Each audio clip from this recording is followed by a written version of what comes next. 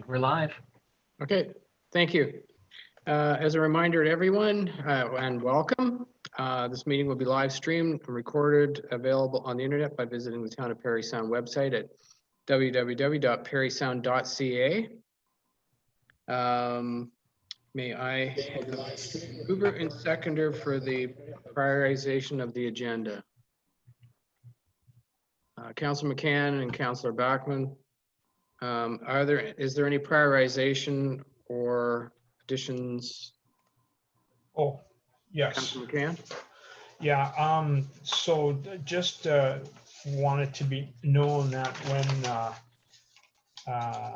an item comes up 952, that I intend to postpone that item, and I'll give my reasons at that point.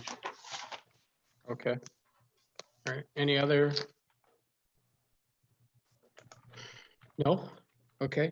That the council agenda for July 7th, 2020 be approved as circulated. Anyone opposed? Sorry, approved as amended. Anyone opposed to that? Nope, then that's carried. Is there any disclosure of pecuniary interest?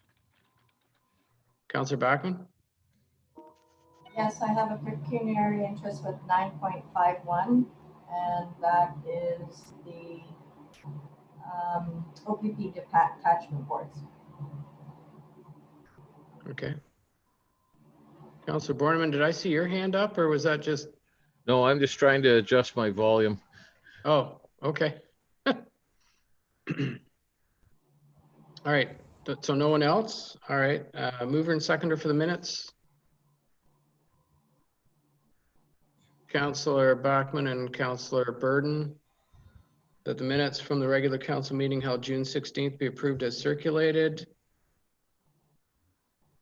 Any questions? No? Anyone opposed to the minutes? That's carried then. Questions of staff? Councillor McCann? Thank you. Actually, I have two. The first one would be then for Ms. Stephanie. So Stephanie, the province announced that there would be monies made available to the various municipalities for disinfecting and cleanup in public transit. So I understand from your email today that we have a couple of $1,000s that's been allocated to the town of Parry Sound. Because community support services is pretty well our only thing that's closest to public transportation, would it be acceptable at this point to ask for that money, or would we need a motion for that? Currently, so we know that we're about to receive about $2,855. So my next steps would be to reach out to that organization and see what additional cleaning precautions or steps that they're taking. And then I could bring back an item for council to a resolution that would would allocate that to them based on their response, I guess. That's where we currently allocate our gas tax transit funding. But right now, we just hold that in reserve typically, but this is outside of the ordinary, I guess, this additional funding. Okay, all right, thank you very much. So, and my second question is for, do I see Allison on here or Chief Thompson? With regards to parking, I've had some people approach me to ask about the parking situation down at the Salt Docks. We've had a few people who have parked towards the left of the dock there. It's kind of like a dead-end road now since we built the road into the water treatment plant. The gentleman was asked to move his vehicle, being told that there was no parking there, but there's no signage or anything. Could you speak to what and where we can park down there? Certainly. Through you, Councillor. I believe the area you're talking about is the old road bed that is down in that area. That's and correct. We have seen abuse of that area. Most recently, Mr. Kearns actually brought it to my attention today, and Allison's attention, that there were actually motorhomes that were coming and parking right in there and actually setting up camp and things of that nature. So we're significantly trying to decrease the usage in that area. So the area to park for anyone who's wanting to utilize the trail is the parking area that's just slightly above the laneway that leads into the water treatment plant. There is often lots of parking in that area, and it's readily available. It gives you excellent access to the trail. Of course, we all know that many people actually park right down on the salt dock proper if they're launching boats, or even if they're just sitting watching the sunset. Those are also options. But we are trying to discourage anyone from parking in that gravel area. That's the old roadbed. It has been creating some conflicts, user conflicts, and issues this year. Okay, thanks. So just as a follow-up to that, then do you think, and I know how unsightly signage can be, but do we have anything planned just to let people know so that they kind of have a heads up in case they are approached by a bylaw officer? Certainly. I mean, Mike and Allison are actually currently working on strategies on how to control that area. And I know that they will be putting deterrents up in the area for people in the near future. Again, we are not heavily enforcing parking at all throughout anywhere in the town this year due to the COVID situation and the lack of people parking really anywhere throughout town. So we haven't been issuing tickets. None of that type of enforcement has been going on. So we are trying to have pleasant conversation with anyone who is here in town and visiting our town, just to keep them here and hopefully spending money and buying products from our local businesses. Okay, thanks very much. That's great. Okay. Councillor Keith? Yes, thank you. Is Mr. Cairns here tonight and I just can't see him? My question, oh, great, thank you. My question, Mr. Cairns, has to do with the garbage. I'm concerned that I see at times people must be putting out their garbage ahead of time, and by the next morning, there's garbage all over the place, and I'm concerned about safety of our citizens, the animals, wild animals, really getting into it, and certainly the unsightliness of it. And maybe if you could explain some of the rules around that, as well as about recyclables when they're put in bags, and just an overall expectation of residents when they put garbage or recyclables out. Could you help us out there, please? Certainly. Through your worship.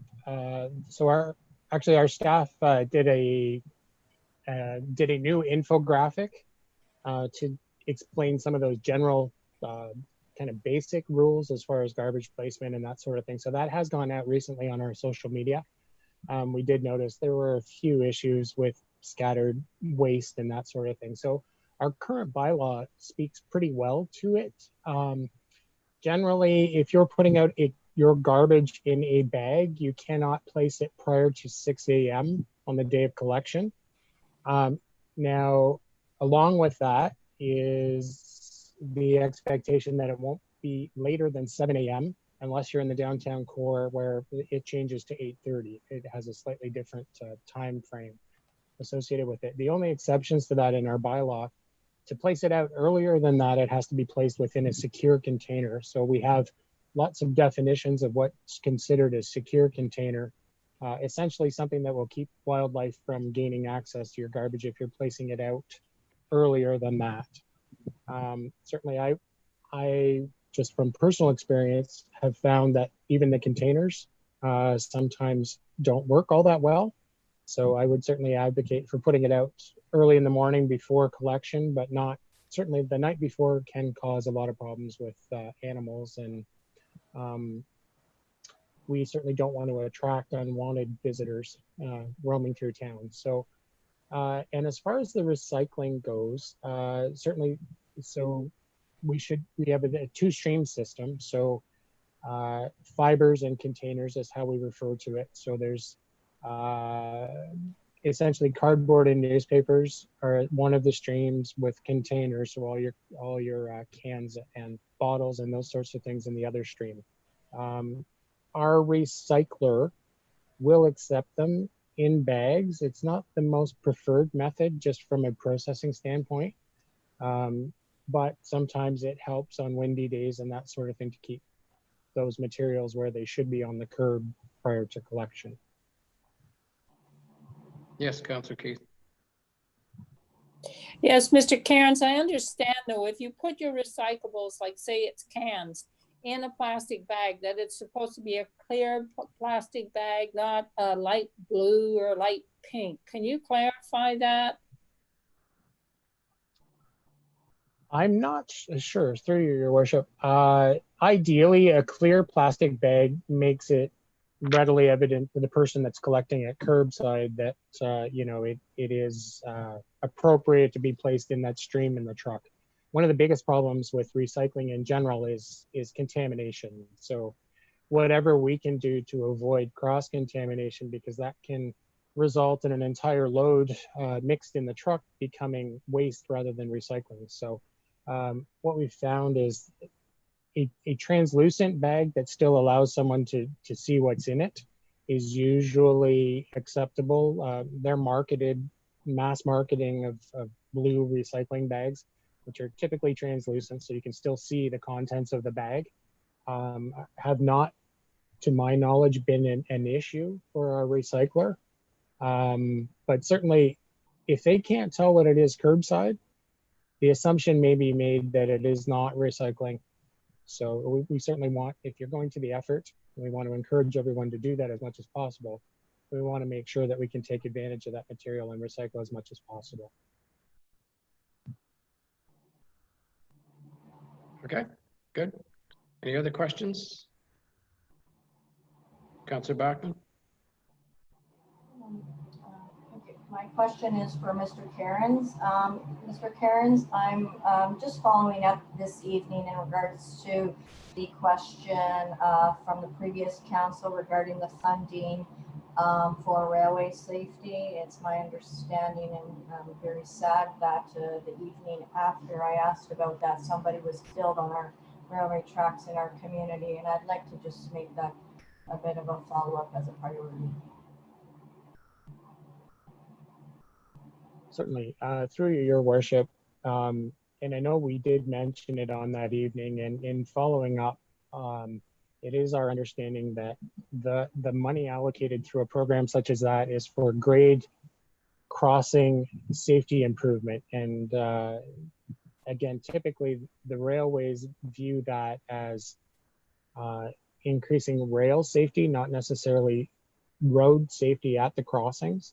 Some of these programs that have been advertised in the past, or that this may be a continuation of the same program, is actually looking for opportunities to remove grade crossings, which essentially means removing roadways where they cross tracks. So, if you have, in a municipality, you have two avenues to cross a track, they're looking for opportunities to completely remove one of those to certainly increase safety. So, and on that unfortunate incident with the fatality, I have touched base. The railway did reach out to us. So we have established some good contacts there again. We were discussing rail safety in general, and it's certainly something we are following up on with them, and they're very eager to continue that process. Thank you, Mr. Cairns.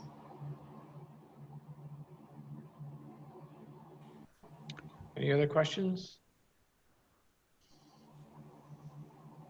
Nope. Okay. Correspondence, Ms. Johnson. Yes, we have a number of items, looks like 9 items of correspondence. The first is from Diane Gould-Brown. She's the city clerk at the city of Sarnia, regarding a resolution of recommended improvements to long-term care homes, including advocating for more provincial funding to increase hours for part-time and casual labor and more facility inspections. This is the subject of the proposed resolution as item 952 on the agenda that Councillor McCann had brought forward. The second item is from Marianne Weaver, clerk of the Township of the Archipelago. It's a resolution of recommended actions to improve rural internet connectivity. And it includes the archipelago's own allocation of municipal budget for connectivity projects, as well as pursuing federal and provincial funding. And part of their advocacy is reaching out to other municipalities. The third item and fourth item are related. They are respectively from Lori West, clerk of the municipality of McDougall, and Marianne Weaver, again, clerk of the township of the archipelago.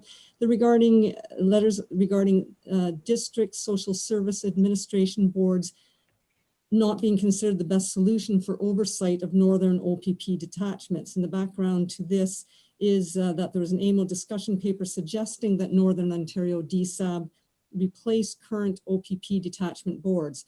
FNOM, the Federation of Northern Ontario Municipalities, identified concerns with this approach, claiming that DSABs would not be the best solution for overseeing Northern OPP detachments. And the resolution is from the townships of the municipality of McDougall and township of the archipelago simply support that position that Northern DSABs are not the best solution for overseeing OPP detachments. This issue is addressed in item 951 on the agenda this evening. The next items have all been received since the agenda was circulated last Friday. The items of correspondence have been sent to council yesterday or today. The first four are all related to making or supporting making mandatory the wearing of masks in public spaces. So the first is from Dr. Will Smith, President of Medical Staff at the West Parry Sound Health Center. Donald Sanderson, Chief Executive Officer, West Parry Sound Health Center. The third was from Ken and Gail McEwen, residents in the area. And the fourth from Joanne Demick, Executive Director, Parry Sound Community Living. Hers was a copy of a letter to MPP Norm Miller regarding the same support for making mandatory the wearing of masks and the hope for convincing the medical officer of health that this should be made so. The last item was received today from John Jackson, planner. He requested to make a deputation to council. I understand he's on the meeting, so will be available also to make known his comments in a deputation. They are regarding the proposed Best Western Hotel site plan approval and related development charges regarding item 10-1-2 and 10-1-3 on the agenda. And that's all the items of correspondence. Okay, thank you. Then I guess we go right to deputations, and we have John Jackson. I guess if we can let John in to.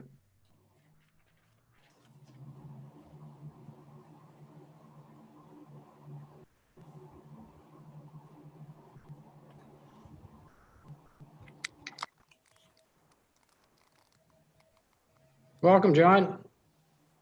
Thank you. Good evening, Council.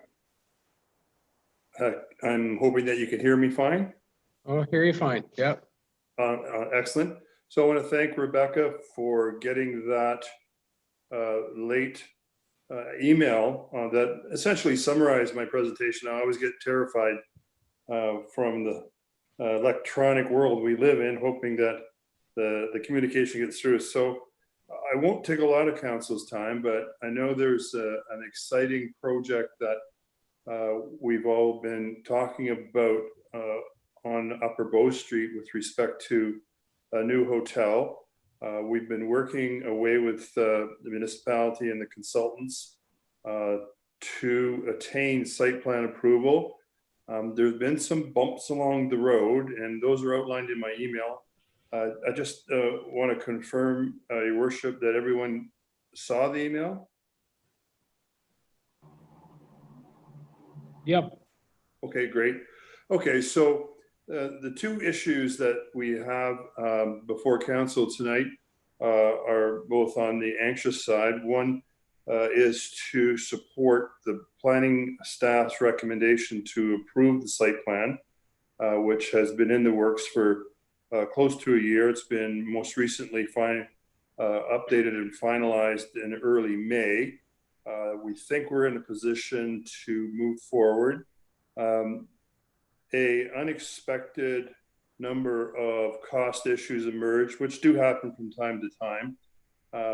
One of them was with respect to a sanitary, not a capacity issue, but more of a collection issue that haunts the town for its catchment area in Upper Bow Street. And staff's come up with a solution that would see a future development charges for allotting costs to expected development. And we have been talking to them about that. It tends to be a little bit on the late side, but what my people have agreed to is making a contribution, not quite what the preliminary monies are, but an upset limit of something a little less than the 75,000 that staff's recommended. In the interest of cooperations and moving forward, the proponents are proposing a $50,000 contribution. The process of a development charges bylaw can be involved. We would rather not be involved in it, but wish to show our good faith and support the obvious need to deal with the sanitary issue, which I believe could best be described as something that has to be dealt with at some point, regardless of whether this particular project proceeded or not. So on that front, we're hoping that the council can support our counter offer, which is, I think, fair and reasonable. When one understands the issue, it's a matter of peak flows, mostly in the spring, that tend to overflow because of some older infrastructure that the town needs to deal with. So what we're hoping for is that we can put this to bed, and I think it's a fair contribution on the basis that the flows that this particular development might contribute to that are really not significant. Translated into engineering speak, I think it works out to about 15 houses. Those are the flows. So it's not a significant addition, but we hope that the obvious solution can be found in the near future. So we would very much support council's approval of the site plan and our proposal to go forward with respect to contributions towards solving these flow problems. So I don't know if council has any questions. Most importantly, as I mentioned in my email, the group wants to get going to be able to close the building in for winter construction. So if there's questions, council, I'd be glad to try and answer them. Thank you. Thanks, Mr. Jackson. Any questions of Mr. Jackson while we have him here?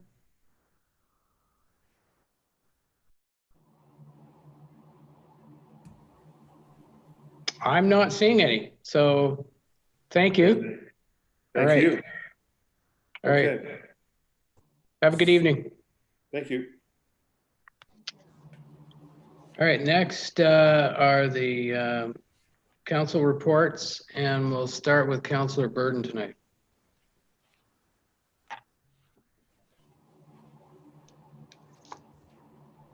Sorry. I have absolutely nothing to report this evening. Thank you. Okay. All right. Councillor Borneman. Thank you, Your Worship. I hope everyone had a good virtual July 1st. I've had a quiet couple weeks until today. This morning I attended an actual meeting in person at the airport. We were dispersed throughout a fairly large hangar, had to shout to make ourselves heard, but it was nice to be actually in a room with someone. As you might expect, fuel sales and attendance at the cafe are somewhat lagging, but picking up through this good weather that we've been experiencing.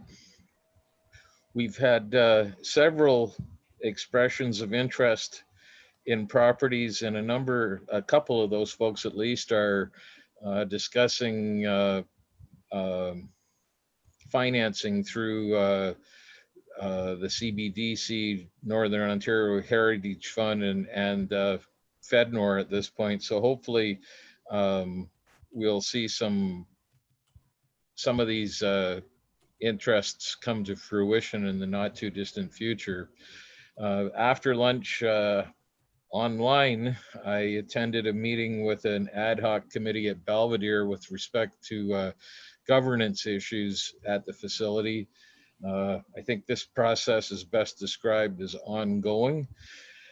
And later this afternoon, I attended an on-site meeting with a number of staff members at the Thunder Creek subdivision. This subdivision, as people may recall, started out in 2005. Rules changed. We've had a number of staff changes since then. Word of mouth agreements and such get lost in the translation. I think we left the meeting agreeing that getting this thing to the finish line is in the best interest of the developer, the town, and the community, and agreed to work in that direction. I would say that for me, at least, I think the necessity of better documentation and maybe a task tracker approach to some of these things that aren't a norm, not an everyday occurrence within the town's operation, would be in everyone's best interests. I just think that we have, and I don't want this to sound bad, but we have too many cooks, and sometimes that can spoil the broth. A developer has to go to planning for one set of rules, to public works for something else, and on and on and on. There needs to be some kind of streamlining within the organization, so somebody is responsible and takes carriage of these issues, and there's a point person on them, in my respectful opinion. So I hope that this can move forward with some, modifications, but in a rather more direct fashion than it has to date. And I think I'll leave it at that for my report this evening. Thank you. Okay. All right. Councilor McCann. Thank you. Good evening, Mr. Mayor, fellow council members, staff, and people of Parry Sound. Wednesday, June 24th, I attended the Belvedere Heights Board of Management monthly meeting through Zoom. We're pleased to welcome back Ted Knight, who is one of two provincial appointees. Our second, however, Karen Inslee Stewart, will be leaving the board. She's not applied for a reappointment, as she and her husband are moving out of the catchment area. Administration, financial, treasury reports were all received. Reports from community support services and life lease operations were all presented. CSS applied for and received funding from the District Social Services Admin Board for providing food assistance for families and individuals in need. Of course, by now everyone has heard of the COVID-19 outbreak at Belvedere Heights. July 2nd, the Belvedere Heights Board of Management was made aware of a COVID-19 outbreak. Two of our team members tested positive for COVID-19 following biweekly COVID-19 surveillance testing for all of our team members. Now, these two individuals have been asymptomatic, and at the time of writing this report remain that way. These team members have always worn appropriate personnel protective equipment, and at all times were in the home practicing thorough hand hygiene and doing everything that they need to do. The health unit was notified, and workers will remain off the job for a minimum of 14 days. I'm pleased to announce that at this time, no residents are in isolation or have any symptoms associated with COVID-19. Belvedere Heights has therefore canceled all outdoor and essential indoor visits until further notice. We've been very fortunate to have been provided with the necessary hardware to continue to support visits through Skype, window visits, and other means. The outbreak also means that the home is unable to accept admissions or readmissions until such a time that we have a resolution of this outbreak. Belvedere Heights, I'd like to again stress, has a very robust COVID-19 outbreak response plan in place, and our team members have received comprehensive training and are most fortunate to have a sufficient supply of personal protective equipment on hand. Wednesday, the 24th as well, I chaired a Public Standards Committee meeting in which the committee heard an appeal filed by a local business operator following a particular order which was issued from the bylaw department. Thursday evening, June 25th, I attended the West Parry Sound District Museum monthly board meeting electronically. The chair of the Corporate Development Committee provided a PowerPoint report with some information and facts as to how and where we fit in to the operation of other similar public museums and to help identify the direction that this committee will take in its goals and planning.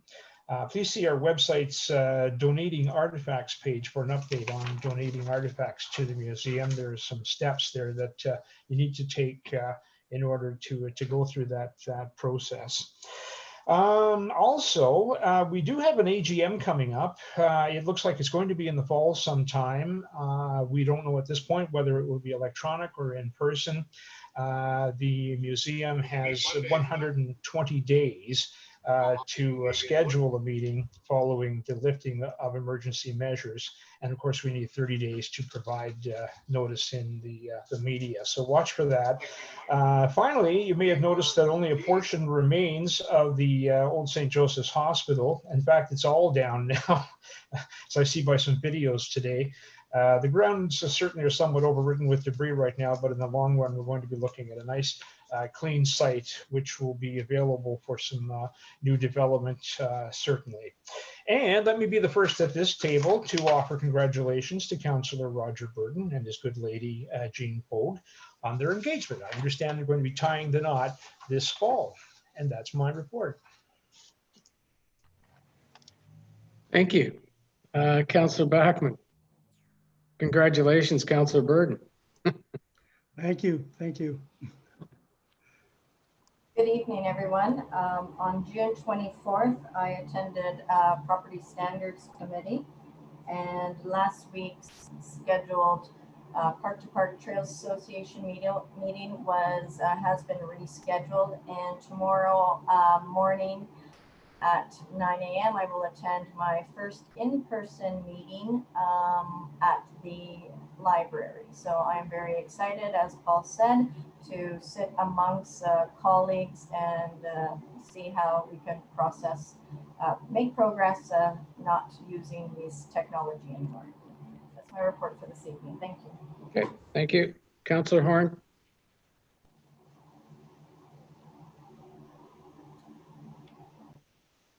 There we go. Thank you. Couldn't get the mute button. Can you hear me? Yeah. Thank you. Good evening, ladies and gentlemen. The Parry Sound and Area Planning Board meeting for the end of June was canceled as there was a lack of zoning applications. So that'll be moved to the end of July.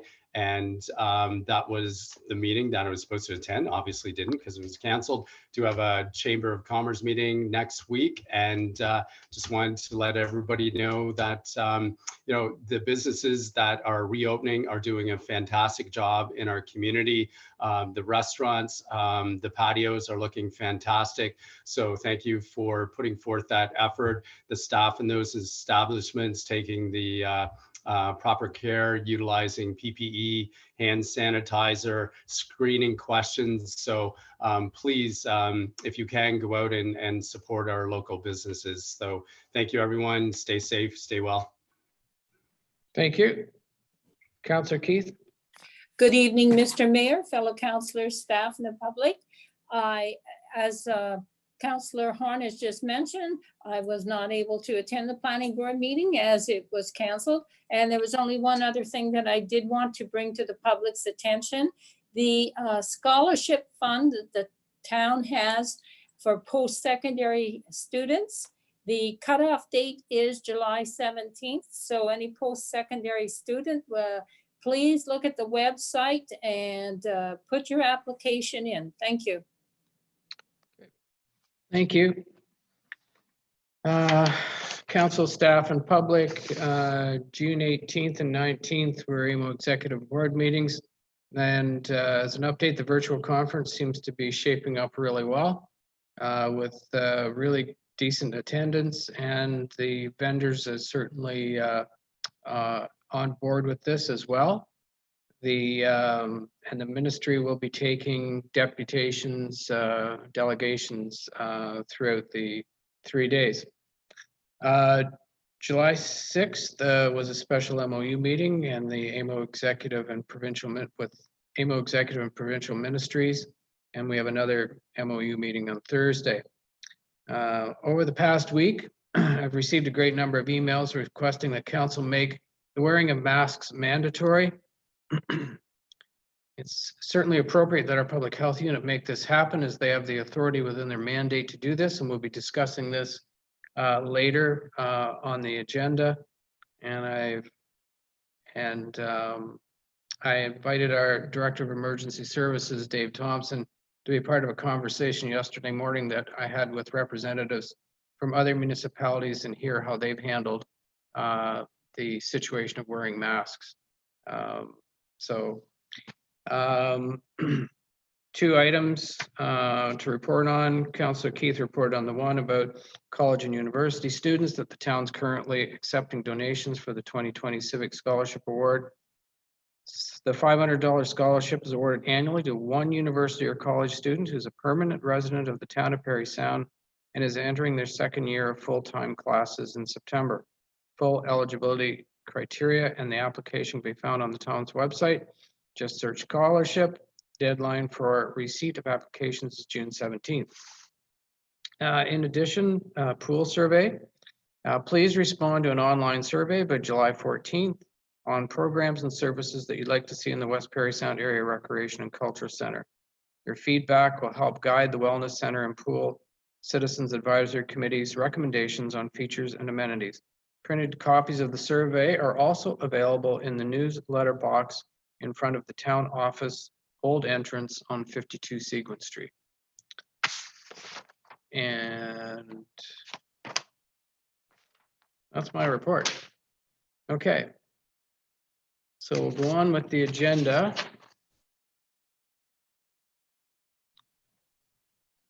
And the first item is moved by 921. It's moved by Councillor McCann and seconded by Councillor Burden. Whereas COVID-19 and the risk of spreading the virus is still present in our community, whereas we rely on public health professionals for recommendations on ways to prevent the spread of the virus, whereas public health units have the authority to impose restrictions, whereas some public health units in Ontario, such as Wellington, Dufferin, and Guelph, have issued an order requiring individuals entering commercial establishments and public spaces, noting appropriate exceptions to wear a mask or face covering. Now therefore be it resolved that the North Bay Parry Sound District Health Unit be requested to provide their recommendation with respect to the issuing of an order to require individuals entering commercial establishments to wear a mask or face covering, noting appropriate exceptions within the areas served by the health unit. And that this resolution be forwarded to all municipalities in West Parry Sound and MPP Norm Miller. Now, there are some amendments that I believe have been forwarded to council to discuss, to strengthen this up a bit. I would also like to add at the end the Premier of Ontario and the Minister of Health to that as well. So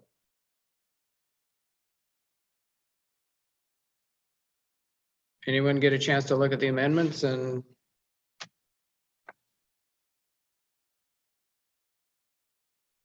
hang on, I can.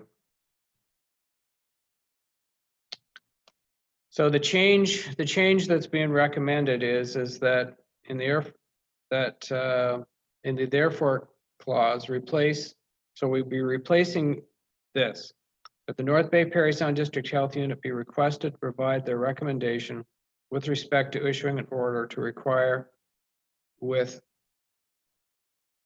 and that the town of Parry Sound, okay, and we change that with that the town of Parry Sound recommends that the North Bay Parry Sound District Health Unit issue an order requiring and add that clause. Councilor McCann. So, Mr. Mayor, are you looking then for someone to move? We need a this mover and forward? seconder to amend the resolution. Well, I will move this then. Okay. Seconder, Councilor Keith. Okay. Any discussion on that actual amendment? Councilor McCann. Sorry. Yeah, I think this would pertain to the amendment. So at first I was against this because I thought we could rely on people to do the right thing, but you can't legislate common sense. And it seems there's been such a move to have this mandatory thing put in place. My question is, and I'm glad that we're asking for a response as quickly as possible. The director, the medical director has suggested, medical officer of health, I'm sorry, has suggested that he's not in favor at this time of making it mandatory. If he decides not to do this, what authority does our municipality have, Mr. Mayor? Okay, so that's in the body of the resolution. I'd like to deal with the strength of the resolution first, if we can. Okay, yeah, I forgot about that one, and that the town of Parry Sound requests a response to this resolution by July 10th, 2020, because I think we need to poke a little bit. Mm-hmm. Okay, so are there any more comments with regard to the amendment? No? Anyone opposed to the amendment? Okay, the amendment's carried. Councilor McCann, it's a good question. Chief Thompson, or Dave Thompson, our Director of Emergency Services, we've had discussions with our CAO, Clayton Harris, with regard to this, and maybe we can bring Dave in, Mr. Thompson in, to clarify responsibilities and who can do what the best. And Chief Thompson, floor is yours. Thank you, Mr. Mayor. Through you, Mr. Mayor, to council.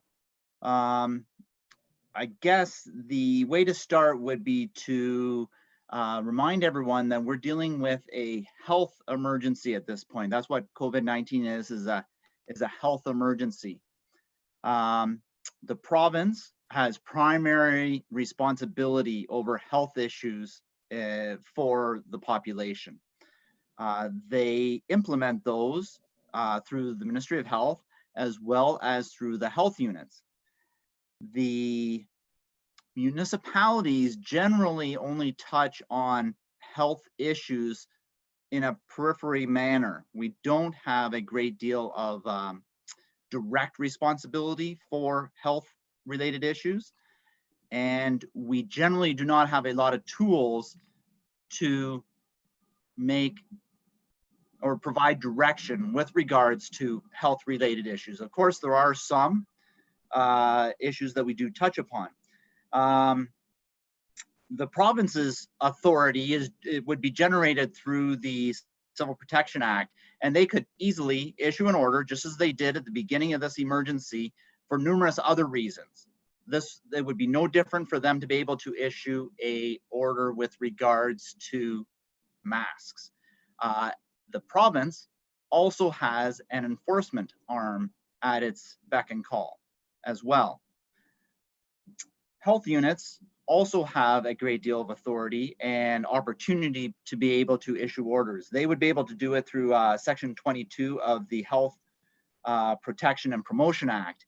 And there are numerous health units throughout the province that have already utilized the Section 22 to provide orders mostly with regards to masks, but I know some other health units also used the orders to limit travel within their responsibility areas. For municipalities, we would have to use a general clause within the Municipal Act, and that deals with the health, safety, and well-being of our citizens and our residents. Although that sounds like an appropriate place to do this, it's generally not used for passing bylaws with regards to health issues. So we generally have the weakest legislative authority to be able to implement something like this. What has happened so far is that for the most part, these rules or these orders have been put in place by health units. And this has occurred in Eastern Ontario today, Simcoe Muskoka today. The leader in the pack was the Wellington Dufferin Guelph Health Unit, which might have been 2 weeks ago. There are other health units I know that have done it. The names are not coming right to the top of my head. The other way that rules have been being implemented so far generally is through regional governments, so that they cover a larger area. Region of Waterloo, I believe last night passed a bylaw. Now they're utilizing the same legislation as we would. However, they're providing guidance for multiple municipalities. We only have the authority to be able to pass bylaws that are going to affect the 6,500 people within our municipality and the businesses that operate within that municipality. So where individual municipalities have passed bylaws, they generally have been in support of their health units. And an example of that is Guelph within the Wellington Dufferin Guelph Health Unit. Once they issued an order, then municipalities within that health unit passed bylaws in support of their health unit to provide an additional layer of recommendation to their residents and additional layer of authority. So that's an overview. By far, municipalities have the weakest ability to be able to implement something of this nature. The province has the strongest ability to be able to implement something, and really it falls additionally to the health units, whose job is to look after infectious diseases, which is the sole purpose of passing a bylaw like this. Thank you, Chief Thompson. There have been a number of, comments and letters from the public and, just saying the town of Parry Sound should do this. That's fine. We'll do what we have to do. But this is the first place to start with our health unit and to make sure that our health unit is doing it. Yes, they're going to have to come up with something, and it's going to be far more encompassing for the whole area. And otherwise, we're going to end up in a piecemeal situation, which isn't going to work for everyone and not protect our citizens totally. So it's important that council supports this tonight to get them to act, hopefully act. And if not, well, then we'll have to do what we have to do, but do our own thing. But I will say right now, and I don't care what the people at the health unit think, this is going to the province if they don't act. I mean, they need to work on this. Other areas are working on it as well, and they need to step up. So this just has to happen. Councillor Borneman.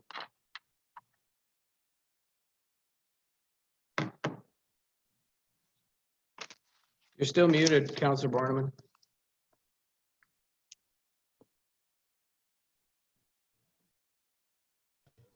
We're all a little frustrated by this situation, but and I understand Mr. Thompson's synopsis of who has what authority. But I think it's incumbent on us to take action now. I think statistics have demonstrated that the time to act is before you have a spike or a surge in cases. We leave this, we've got a huge influx of visitors this time of year.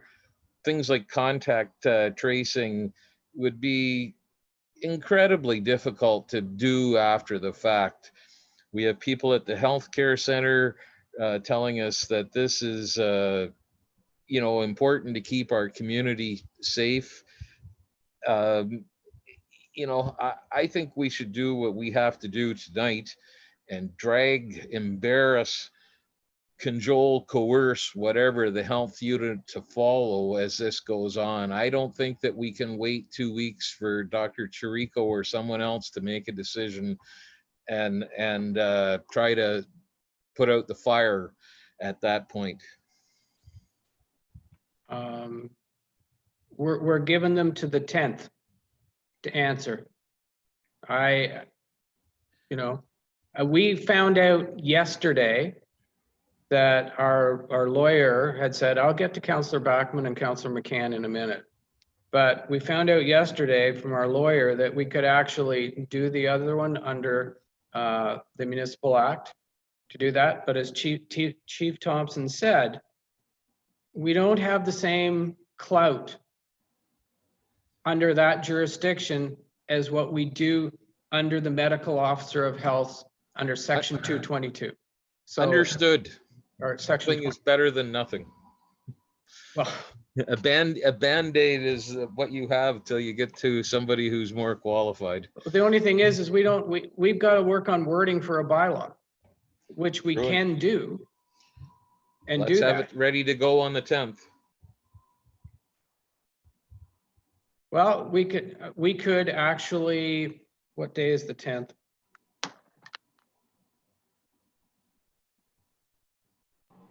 It's Friday.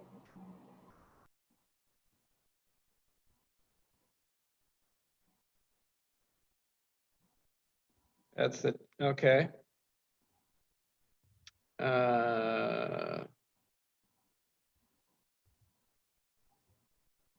Well, we could have we're going to need to make sure that that's done. We could have a special meeting on the 13th to deal with that if they won't do it. So, but we are going to have to get this out to the other municipalities as well in the meantime, because if we're the only ones doing it, what good is that? Because it's free range in the other municipalities right now. And they're looking at us saying, why doesn't the town of Parry Sound do it? Well, they have to step up too, if the health unit's not going to do it. So, Councillor Bachman. I'd just like to definitely would agree with Councillor Borneman's statements. I've had many calls this week from business owners, and mainly small business owners, because a lot of them will be affected. And as we've seen in our community, it is literally the big box stores that don't fall into a closure should a second wave come and we go back to phase 1 or 2. These businesses are literally reaching record sales, while our small businesses are taking and making the effort and incurring the cost for these PPEs through this much difficult time. And, I get where the regional approach comes from. I totally think that, yes, a lot of the things that we do as a municipality can be need to be worked out with with the region. But I think right now our first and foremost priority has to be the community of Parry Sound. Those are the people who have elected us. And I'm just concerned that if we go into another level of not enforcing safety measures, which Simcoe Muskoka Health Unit has come out, I think today they're enforcing it. Sudbury is enforcing it. So, I understand that we have to go the route that we are, but I would definitely state that if we don't have any feedback from our health unit, that a special meeting be called and this dealt with sooner than later, because I think the end of the month, August, is going to be way too late. Well, I can't disagree with that. It's, we've got to do something. But again, public health is the one that should be saying, look, This is what we're going to do, you know, and this is what you need to do to work with us.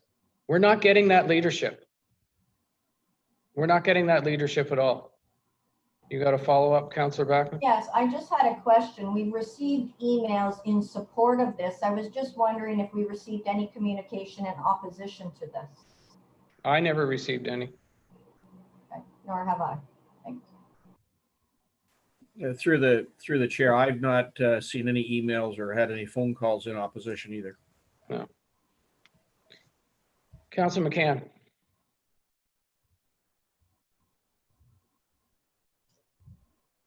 Thank you. Yeah, these certainly are extraordinary times. I wondered if, you know, if we were able to convince our medical officer of health that the sooner we do this, the sooner we could be done with COVID, if we keep that curve down and flatten it once and for all. I do worry about the logistics on the enforcing of it. If council didn't see fit to passing something mandatory for the time being, I don't know whether the compromise would be to, in spirit, issue some sort of a very strong recommendation to people in the business of Parry Sound to you know, to exercise discipline and common sense and do this until we know what we can expect to hear from the health unit. But I do agree with Councillor Borneman, and I think we in Canada have done a great job in terms of acting much sooner than perhaps the States, and that, you know, we're mitigating our situation. It's still there. It's still very real to contend with. But I think we're very fortunate that where we are at this point in fighting it, and I don't think we can let our guard down just yet. So I would support whatever council wants to do tonight. I have no problem with making it mandatory. It is kind of a time thing for sure. So I'm just anxious. I've had 2 people approach me and say, don't make it mandatory. People should have the common sense. But as I said earlier, you can't legislate that common sense. So that's my 2 cents. Anyone else with regard to this particular resolution? Councillor Horn.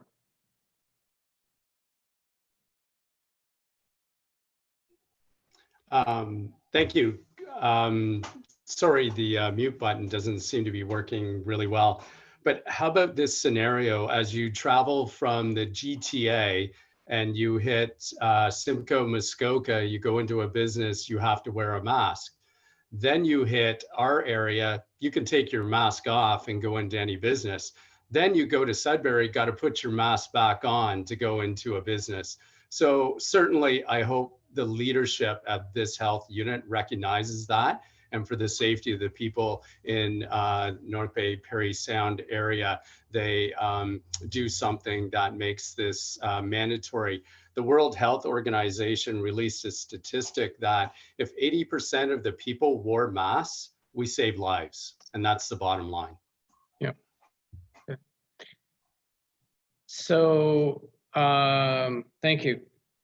I'd like to deal with the resolution, and then I'd like to deal with some direction right afterwards, if we can. So anyone else with regard to the resolution as amended? No? Anyone opposed to it? No one's opposed, that's carried. Okay, so the direction, if we don't hear anything by the 10th, okay, from the health unit in a positive form that they're going to, you know, immediately put section 22 into place or whatever, so that everyone has to wear masks. But on the 13th, there will be a bylaw drafted for our municipality, at least, making this mandatory. You know, we'll have our lawyer on it. Plus we have some other bylaws from other municipalities that can be looked at as well with regard to this. So are you good with that? Councilor McCann? I'm certainly good with it. We're talking about the logistics of enforcing something like that. I'm concerned about the availability of PPE equipment. There was, for the longest time, you couldn't get masks, you couldn't get, gloves and such. So I guess I'm thinking the first thing I'm going to hear on the street is, well, I can't afford to buy masks, or I don't have any, or I can't get any in town here. There are So go ahead. There are a number of locations in town that have free masks available to people in the community that have been done by the community care team that I believe worked through the West Parry Sound Health Center. And, you're certainly welcome to one of those. There are, like I say, various locations around town that have them, and they're at no cost. So there's no rationale for anyone saying that they can't get one. And these masks are reusable. The important thing is that you are covering so that the mucus droplets aren't out floating around, and if you've got COVID, then affecting someone else. So, we have to work with what we have. These other areas know that as well, and they're trying to put together what they can with regard to PPE and making sure that they do something. I can tell you from where I work, probably 60 to 70% of the people that come in to the store are wearing masks, which is really good. We just have to work on that other percentage to get that done. And I'm sure, we can do what we can to try and make more of those available. If those people are willing to donate more of those masks for that, those free masks. And there are other masks available out there as well. So, I don't think that's a major issue, Councillor McCann. Okay. So I would just follow up with that. What would be the fine if someone is ticketed for not wearing a mask? Is it do you get it like the first time around, it's a certain amount, and then the second time, like you get a number of chances before, you know what I mean? I'll let Chief Thompson answer any question like that. Through you, Mr. Mayor. Enforcement is a totally different ball game. I am not intimately aware of how the health units can devise and implement their penalties. What I can tell you is that when we implement a bylaw, if we're going to provide ticketing capability, we have to provide short form wording. We have to present that then to the Attorney General's office. The Attorney General's office then has to approve it before we can actually ticket, which means immediately our only course of action would be to provide informations and force people to appear in court as a enforcement practice. What I will tell you is that municipalities that have implemented these types of bylaws are almost exclusively utilizing an educational approach to any type of enforcement. It is not a monetary penalization or anything like that, at least as of yet. Most likely it's for the same reason. They can't get short form wording imposed that quickly. The province can, as you saw with the fines that were implemented right when they started issuing orders. We don't have that same ability. So for any financial punitive arrangements, that will take time put in place. If you are to implement a bylaw moving into the future, our bylaw enforcement department would approach it completely on an educational basis to begin with. Okay, great. Thank you. Councillor Keith? Yes, thank you.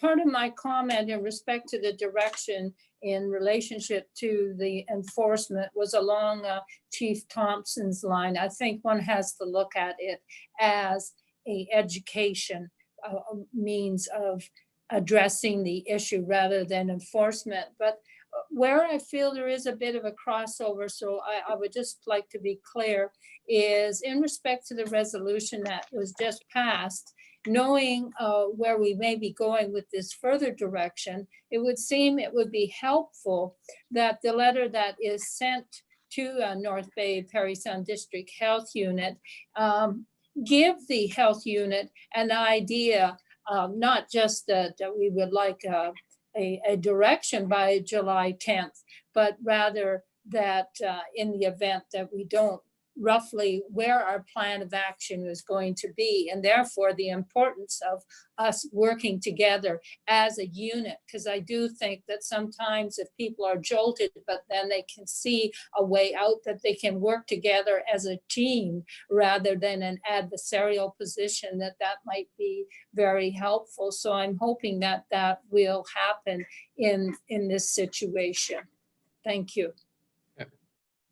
Anyone else? No? Okay, so anyone opposed to the direction with regard to the time frame set that we just discussed? Receiving something by the 10th, bylaw on the 13th. Anyone opposed to that? Nope. Okay, that's carried then. So staff may have some work to do or whatever with regard to putting that all together. All right, item 922. Moved by Councillor Borneman, second by Councillor McCann. The council received the 2019 Integrity Commissioner report as attached. Any discussion on the report? No. Anyone opposed? No, that's carried.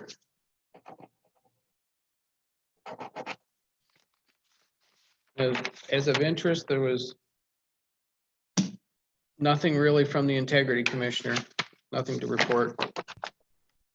And that report will be available online, Mr. Mayor? Ms. Johnson, I believe so. Can clarify with her. Through you, Mr. Mayor, yes, it is already online, at least as part of the agenda package, and it will be attached to the resolution that adopts it. If council wishes direction for anything further, we could find a special spot on the website to draw more attention to it, but it is available fairly easily through a search already. Okay. Next item, 923, moved by Councillor Keith, second by Councillor Burden, that a report attached to Schedule A and confidential attachment regarding an update on the West Parry Sound Area Recreation and Cultural Center and the ISIP grant application be received for information purposes. Discussion. Councillor Borneman? You're still muted. Yes, your worship. Thank you. Different format tonight. Okay. So I appreciate the work that Mr. Harris and others have done in putting this together. I guess I have, not being part of that committee, I guess I have some questions about the behind the scenes situation. From what I've read, I see no real firm indication of operational costs going forward. I wonder whether or not we're married to the location that has been suggested. Personally, I think that the longer it goes, the longer these conversations continue without council, staking out, having a wide-ranging conversation and discussion about this project and coming to some agreements about where the lines in the sand can be drawn. I think the harder it is to move away from those positions as we go down the road. So I guess I'd like to ask Mr. Harris, if we have any cost estimates, any operational cost estimates, do we have a funding formula agreement, or the basis of a funding formula agreement for this project? Do we have any information about servicing costs for alternative sites that council may or may not wish to explore? Because I think, as I say, it gets more difficult and more rushed if we don't, I don't want to see us with a, I recognize that many people in the community want this project to go forward, and I don't want council to be caught with our pants down proverbially, with either going with something that we don't necessarily believe is the best situation for the town, or nothing at all.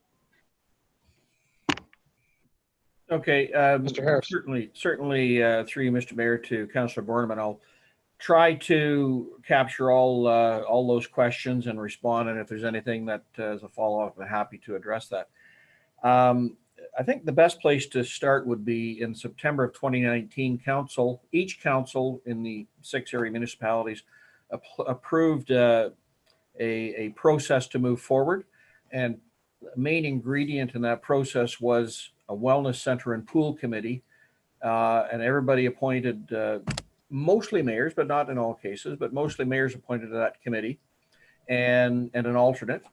And the major task of that committee was to undertake due diligence on the site selection, due diligence on operating costs, due diligence on the capital costs, including servicing, and to undertake some community consultation. So that committee was established with everybody's agreement. And right at almost at that same time, the province and the federal government come out and said there's this new grant program where we can get up to 73% funding. So that threw our timelines out because we had to have a grant application in by November 6th. Everybody worked very hard, including the consultants who had just come on board.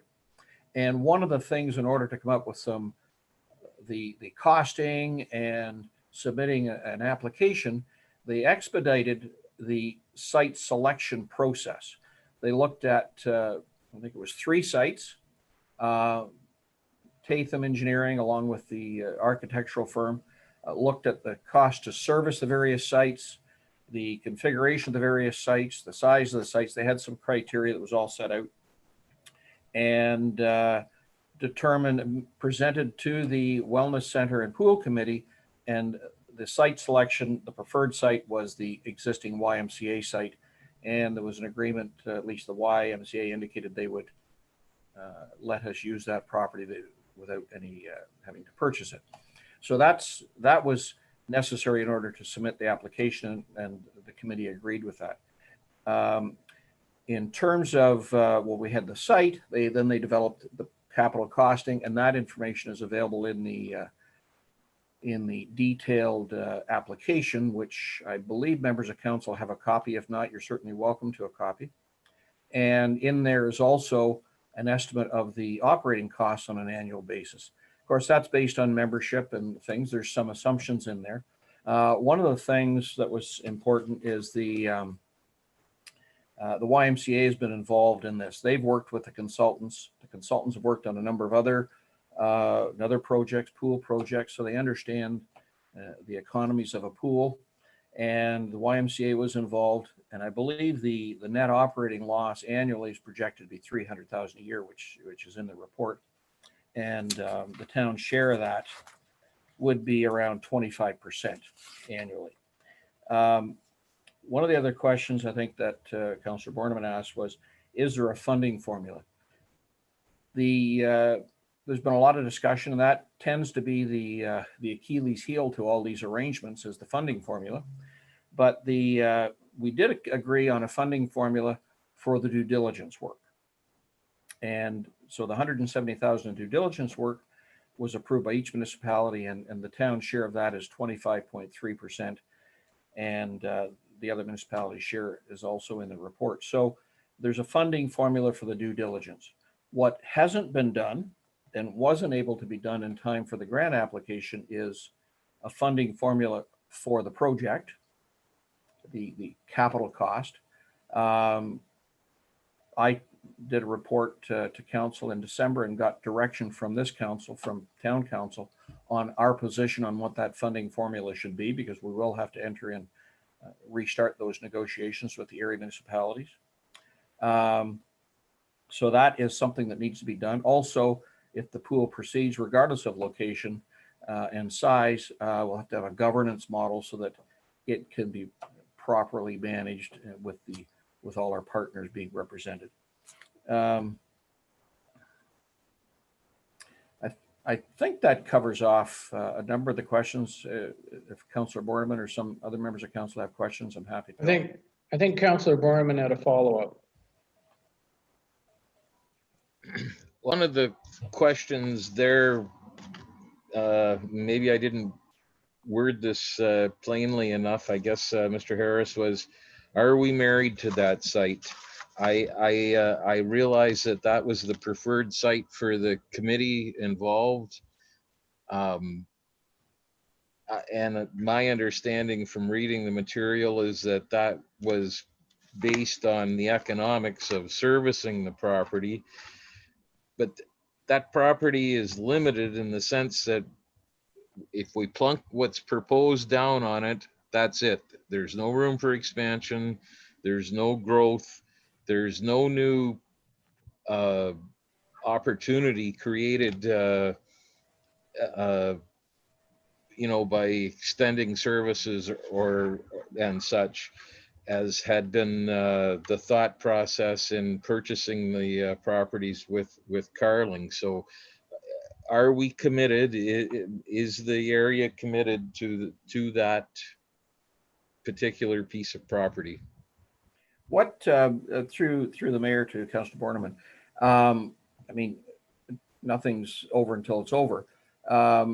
The process was that this wellness center and pool committee would get the due diligence work, get the capital costing, get the information as what the public would like to see in this facility, then the operating costs of that, and put that package together. And because they've got representation from all 7 municipalities, they would make a joint recommendation to the 7 municipal councils. So that hasn't been developed yet. At this point in time, it's the site that will be moving forward. It's the site that's in the application, but it hasn't been finalized in terms of presented to the area councilors, although the mayors and the reps on that committee know what the recommendation is, and anybody that's looked at the grant application knows the preferred site.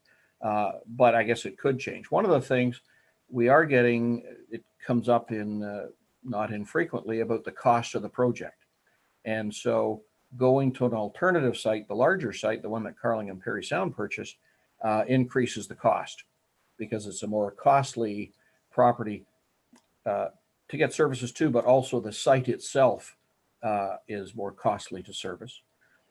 Those things were all taken into account when the consultants did their due diligence on the sites. One thing that through this process that I wasn't aware of, but I became aware of, is that the property on the north side of the YMCA, and I'm not just sure of the acreage off the top of my head, but it's a significant parcel of land, is owned by the town.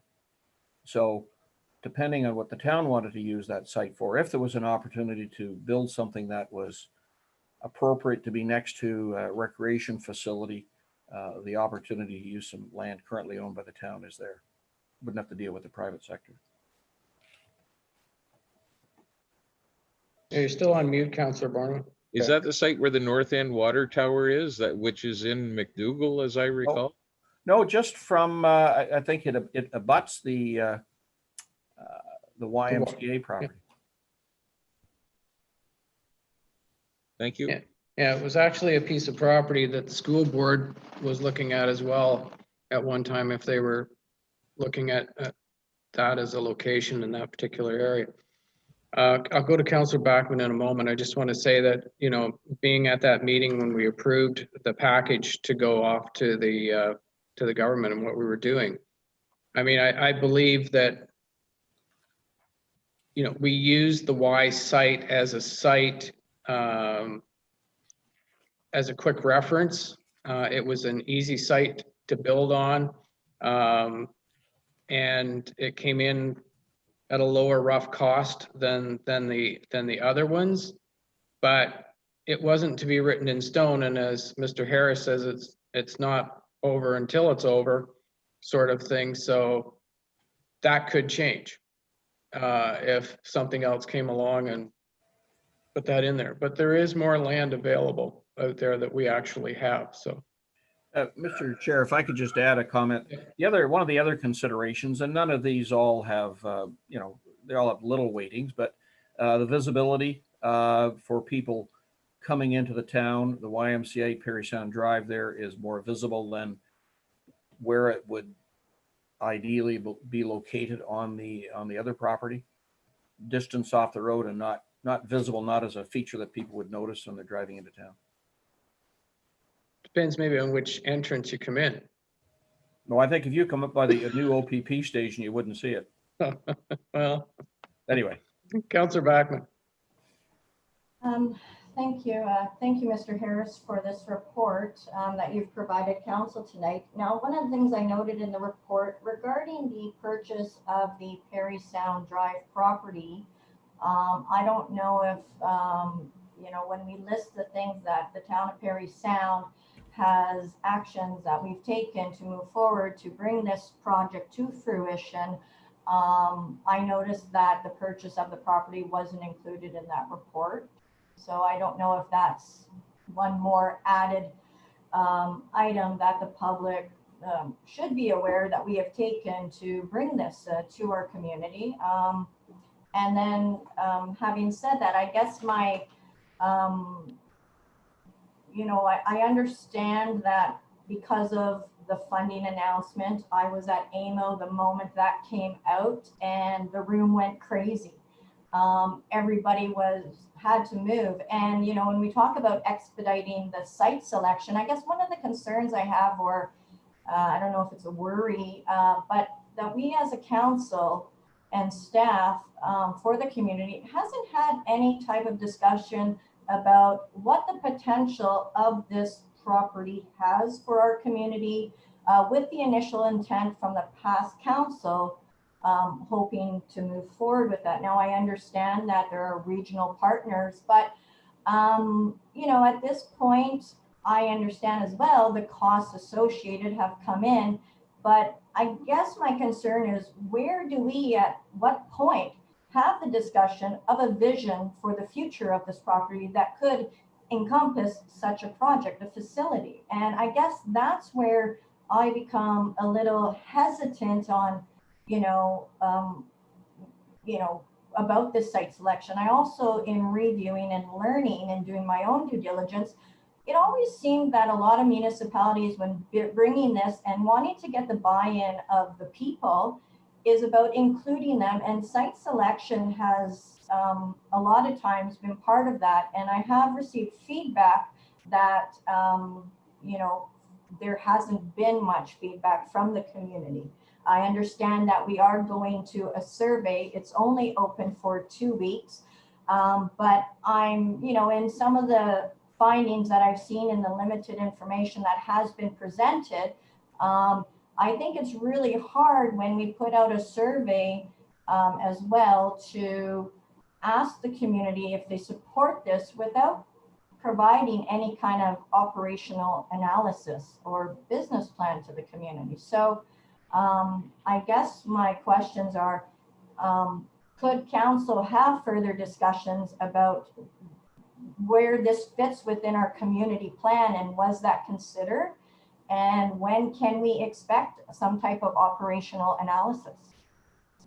My question to you, Councillor Backman, is you can't get a full operational analysis until you determine what's actually going to be in the facility.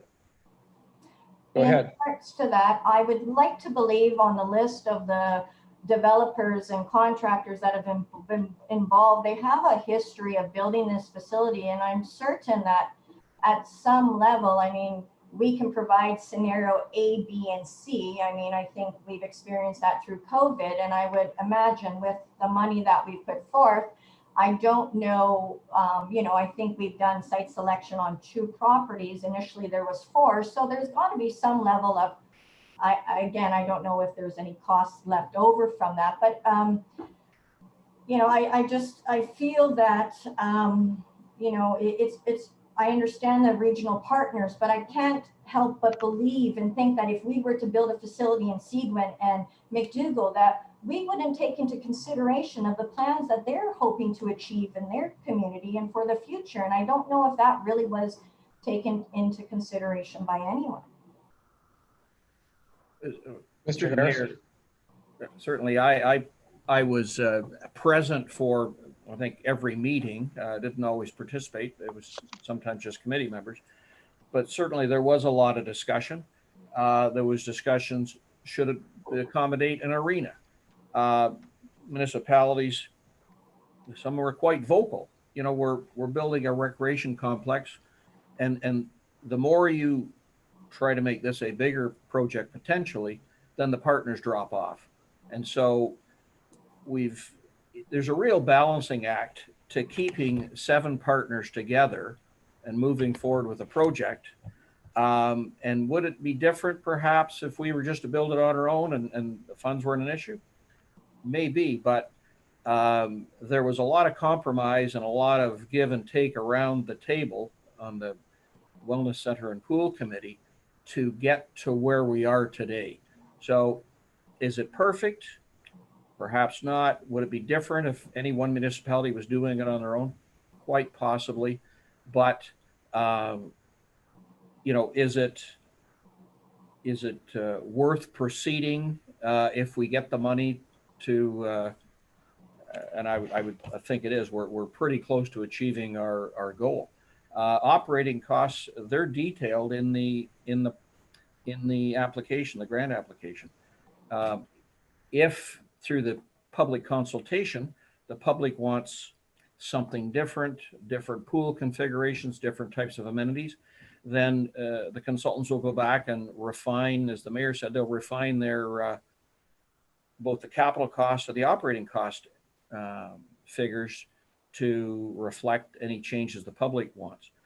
And there's also an important balancing act in there that we don't know what the public wants, but some features they might want added if it requires going to 2 lifeguards or 3 because they want extra pools, then that really adds to the cost. So we've got to kind of balance what the public wants when they report back with the cost, balance that with the annual costs of operating. So there's still work to be done yet, but there is a lot of operating cost information in the package. Yes. Final follow-up for Councillor Backman, and then going to Councillor McCann. Thank you for the update on the costing in the plan. I just think that would have been good to present as part of the survey because it is a lot of, it is an important question. And I guess, when we look at the cost of this, obviously, whichever site we choose or is chosen, I guess, I've understood again the fact of the higher costs for developing land A versus land B. But again, if we as a council and a community developed a plan around this that would offset cost, I mean, we have 43 acres and, to date, we've had no discussion about the future of this property. Well, through the mayor, I mean, there's still the possibility of developing that site into different forms. It's next to Connors, which is kind of a manufacturing industrial. So one option is extended as some manufacturing and industrial because we have no land with that designation in town. You either have to go to the business park in Seguin or to the industrial park in Carling. So that's one possibility. some form of housing. Obviously, it wouldn't have a recreation center in it. I think what we need to know is we need to know what the final outcome is going to be if we get the grant. And then once we do that, then we can figure like where it's going to locate. Then we can figure out, because we've got other partners to deal with. We can plan all we want for that property, but if the partners decide that they want the Y property, then we've got to come up with another plan. So let's get to find out whether we get the funding, and let's find out then what everybody agrees on as to site location, where it is going to end up, and then we can proceed to plan that property and that sort of thing. I mean, we could sit and talk about it and make a big plan for it and then find out that, you know, it's not going there, it's going to the Y site, and then, you know, plans change. So I'm going to go to Councillor McCann first, Councillor Backman, and then come back to you. Thank you, Mr. Mayor. So a couple of things. I support what Councillor Borneman and Councillor Backman have been talking about. Look, when we bought the property on Parry Sound Drive, we were all hot and excited about this property. I supported this because I thought it was a great location. It's very close to Parry Sound Public School. I had hopes that we could bring Beatty Street out to Parry Sound Drive. We knew at the time that Connors was there. We looked at those 3 pieces of property. I understood that that services were in Tuttle Street, and we bought that small, tiny little piece of property to bring the services in. I like that site. I don't know, maybe there's another one that's good. I don't like the Y site. I think that we have an opportunity to grow here. I think we do need to discuss some planning in the long run, you know, so that we do have conversations about it. The artist rendition that I've seen lately, that pool looks pretty small in the drawings. Have we lost things in this plan? Have we lost a whirlpool or a sauna or the size of the pool? You know, and what about meeting rooms? We have enough meeting rooms in town. This is supposed to be a recreation center. So I do have some concerns, and I know we have to play with all of our partners, but we only get to do this once, and we need to, you know, we all need to go ahead with the greatest vision, so that, you know, 20, 30 years from now, people are going to be looking at new plans, and they're going to be able to build on what we've done. And so I'm glad to hear you say, Mr. Mayor, that it's not written in stone. I certainly hope not. Thank you. Councillor McCann, respectfully, maybe you should fill out the survey and, you know, put in it what you would like to see, because that's what they're looking for. It's a concept right now. It was a concept that was put together so that we could apply for funding. I understand that. It's not written in stone. No, and I'm glad to hear that as we move ahead. And I can certainly, when I will fill out the survey, but we're here talking about it now, and these are my feelings, and I'm just making them. I just want to be heard on that, respectfully. Yeah. Okay, thanks. Councillor Keith had a question as well. Yes, it's more of a comment. I've heard various comments from councillors and yourself, Mr. Mayor, this evening. But one thing I think is really important that we go away with, because as it's already been indicated, this is a concept. We're doing an application. So this is where we are. We don't need to be planning, you know, 10 years from now, right at this minute. We've got to see where we stand. But one thing I think is coming out again tonight, and I think we should remember, this is West Parry Sound Area Recreation and Cultural Center. It is not Parry Sound alone. So therefore, we have to look at how do we work together in all of our thought process. So I think it's really important. It's not just the town of Parry Sound. Thank you. Okay. Councillor Backman. Yeah, just in follow up, I would agree. I totally see this as a regional project, and obviously have supported it by being an alternate on the committee. However, I just haven't been part of discussions to see where this fit in the community, and having concerns. We have talked about that commercial component with the industrial park being McConners, but we also have started creating a commercial component coming in from the 124. And I guess, looking at business expansion and retention and, where we hope to go with our strategic plan, I just think these are conversations that we do need to have as a council. And I'd like to feel that we are respected amongst our partners across the region, that if we came to them and said, hey, look, I understand, cost this, but this is how this would make our community in the same respect of how we would respect any other regional partner coming to us with, some discussion. This is where debate and discussion happens. So I would, regardless, I don't see it as more work. I think these are conversations that should happen sooner than later. I think the big thing in this is this has been on the strategic plan for what, three different strategic plans, Mr. Harris?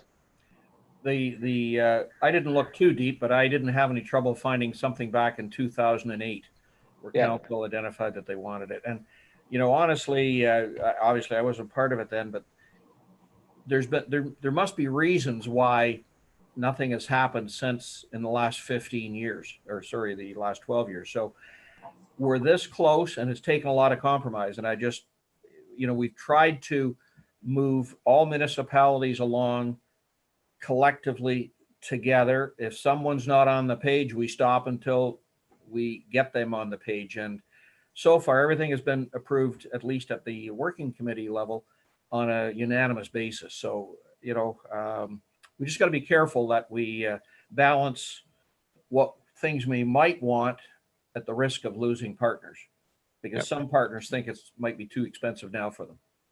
Now, some of this information with regard to the concept from the architects and that sort of thing and everything, is that not on the town's website?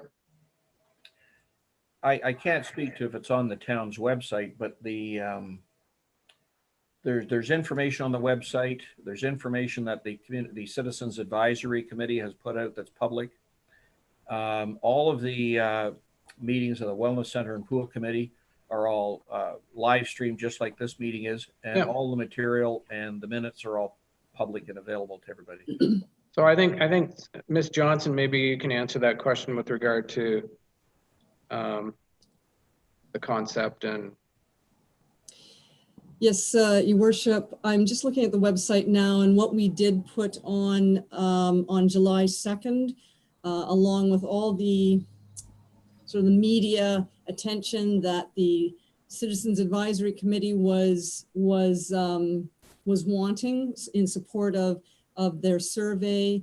So when you open our webpage, the very first thing that comes up is a banner that that you can click on and directs you directly to the survey, as well as the information package provided by the Citizens Advisory Committee. A lot of it is borrowed from slides that were used with the application to ICAP. So it's the concept, the vision, the types of amenities that could be in place. So it's the presentation that advisory committee would have made to in-person meetings. And so it doesn't have operating costs, but it has all the types of potential, as well as a concept drawing and a bit of a plan that shows where rooms might be conceivably. Okay, very good. Thank you.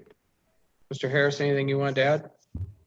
No, I just, I mean, it's an exciting project, and it's great to see that letter that we got for information from the Ministry of Infrastructure. I think that's a sign that this project is in people's minds, perhaps more than others.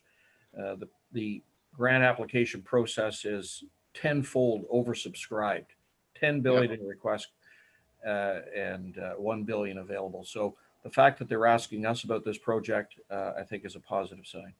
And it's a 73% funding, which is unheard of, except back in the 80s when they'd give that much for transit funding. So it's a real opportunity. Yep. Councillor Horn. And let's not forget the contribution and participation of our two Indigenous partners in Shawnee and Parry Island. Yeah. Good point. That's true. Thank you. Yeah. Okay. Do I need to read the resolution again? No? Anyone opposed to the resolution? Nope, no one's opposed. That's carried.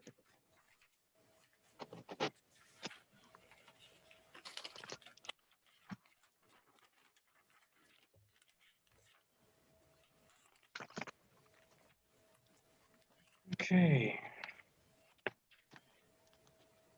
Moved by Councillor Backman and seconded by Councillor Horn. The council receives the 2019 Reserve and Reserve Fund Annual Report attached to Schedule A in compliance with the town's Reserve and Reserve Fund policy, and further the council hereby approves the allocation of the surpluses in Schedule B. Any discussion? Ms. Phillips, is anything you wanted to add?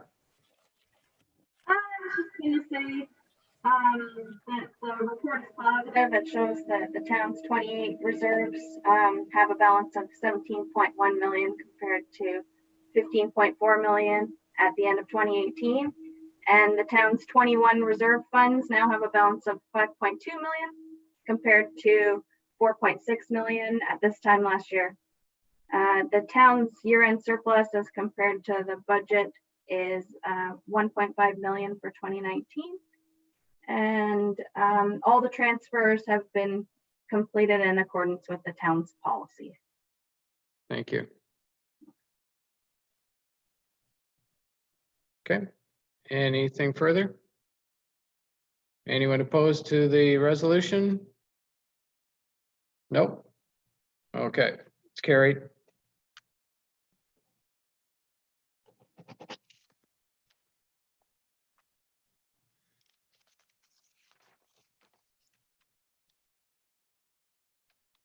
Moved by Councillor Backman, second by Councillor Keith, whereas Council for the Corporation of the Town of Parry Sound received resolutions from the municipality of McDougall and the Township of Archipelago regarding the oversight boards for OPP detachments. And whereas correspondence dated May 14th, 2020 from the Federation of Northern Ontario's Municipalities, FNOM, regarding issues discussed at their May 13th to 2020 virtual meeting, brought attention to the Association of Municipalities Ontario discussion paper, New Ontario Provincial Police Detachment Boards, building a framework for better policing governance.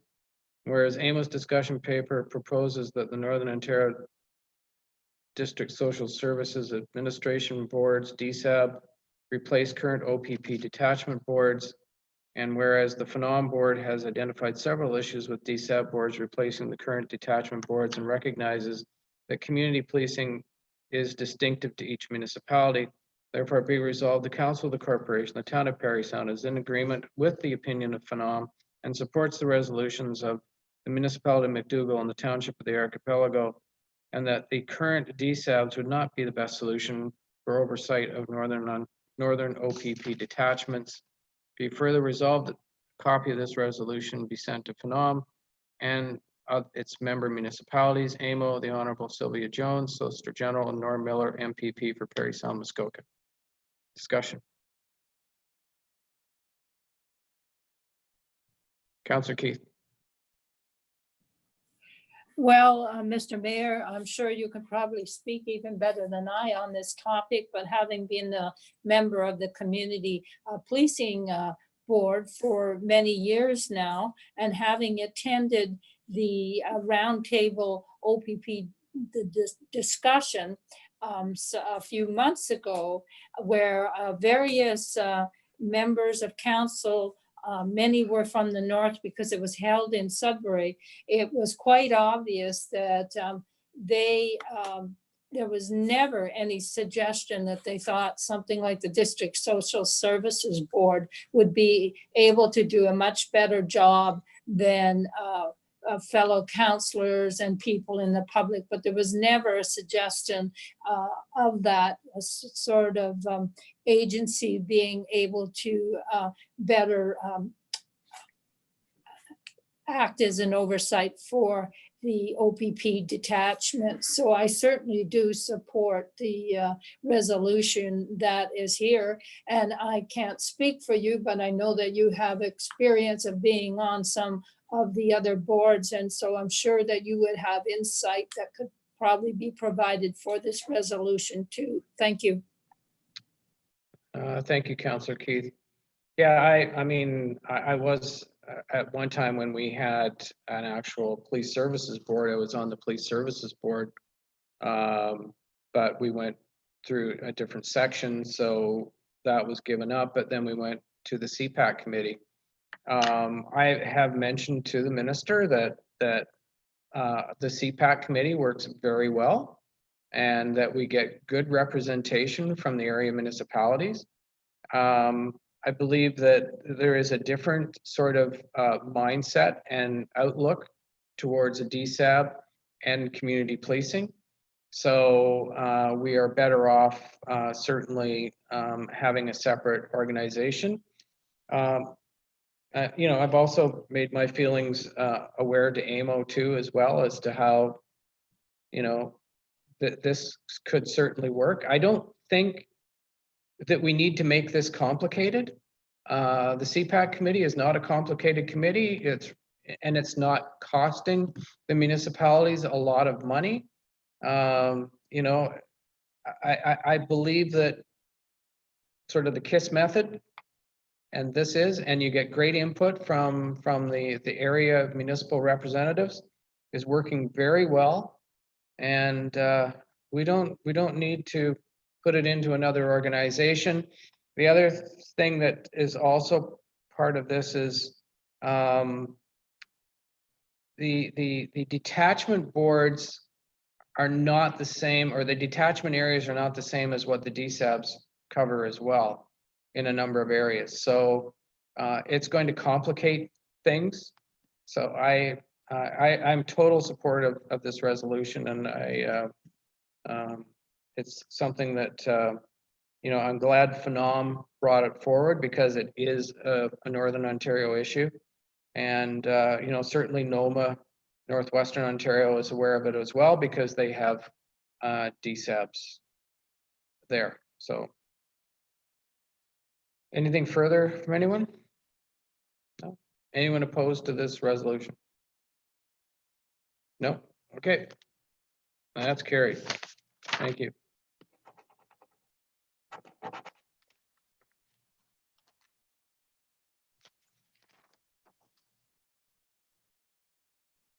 Oh, this is item 952. Councillor McCann. Yes, thank you, Mr. Mayor. You can probably tell from the background that I was very passionate about this, but I think what we're going to do is put this off at least until the next election, the next council meeting, so that we can get a little bit more formal support from our Belvedere board and maybe from some of the other municipalities. Just basically speaking and responding, I wanted to do this now to jump on the momentum that was sort of started with the Sarnia resolution, asking for more part-time help. Part-time is great, but I really feel that with the issues that we have, we certainly need a good complement, a full complement of full-time help. So I'm going to bring that forward in the next meeting or so, hopefully with a little bit more support and meat in the context. Thank you. Okay. Councillor Borneman. If we're withdrawing, that's fine, but if we're postponing, Councillor McCann, I think it should go to the first meeting in September because the Belvedere board's not meeting until August, as I understand it. Is that correct? Yes, you're correct. It's the last Wednesday in August. So if we're just withdrawing this, that's fine. But if we're postponing it, it's got to go to a specific date, and I'd suggest that first meeting in September. Okay, well, I would agree with that. Okay, so September 1st meeting? Yeah. Which is what date? I'm just checking. Looks like it's the 1st. Is it? Yeah, that's the first Tuesday, Okay. the 1st. Can't come in any earlier than that. Okay, that's what I have then. Okay, thank you, Councillor Borneman. Anyone opposed to that? Nope, okay.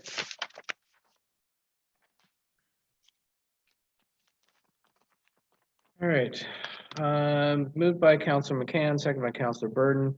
The bylaw number 2020-7052 being a bylaw to amend a service manager housing facility agreement with the District of Parry Sound Social Services Administration Board and Caras Manus 2757896 Ontario Limited be considered as read a first time. All in favor? That's carried. All in favor of having the second and third readings? Carried.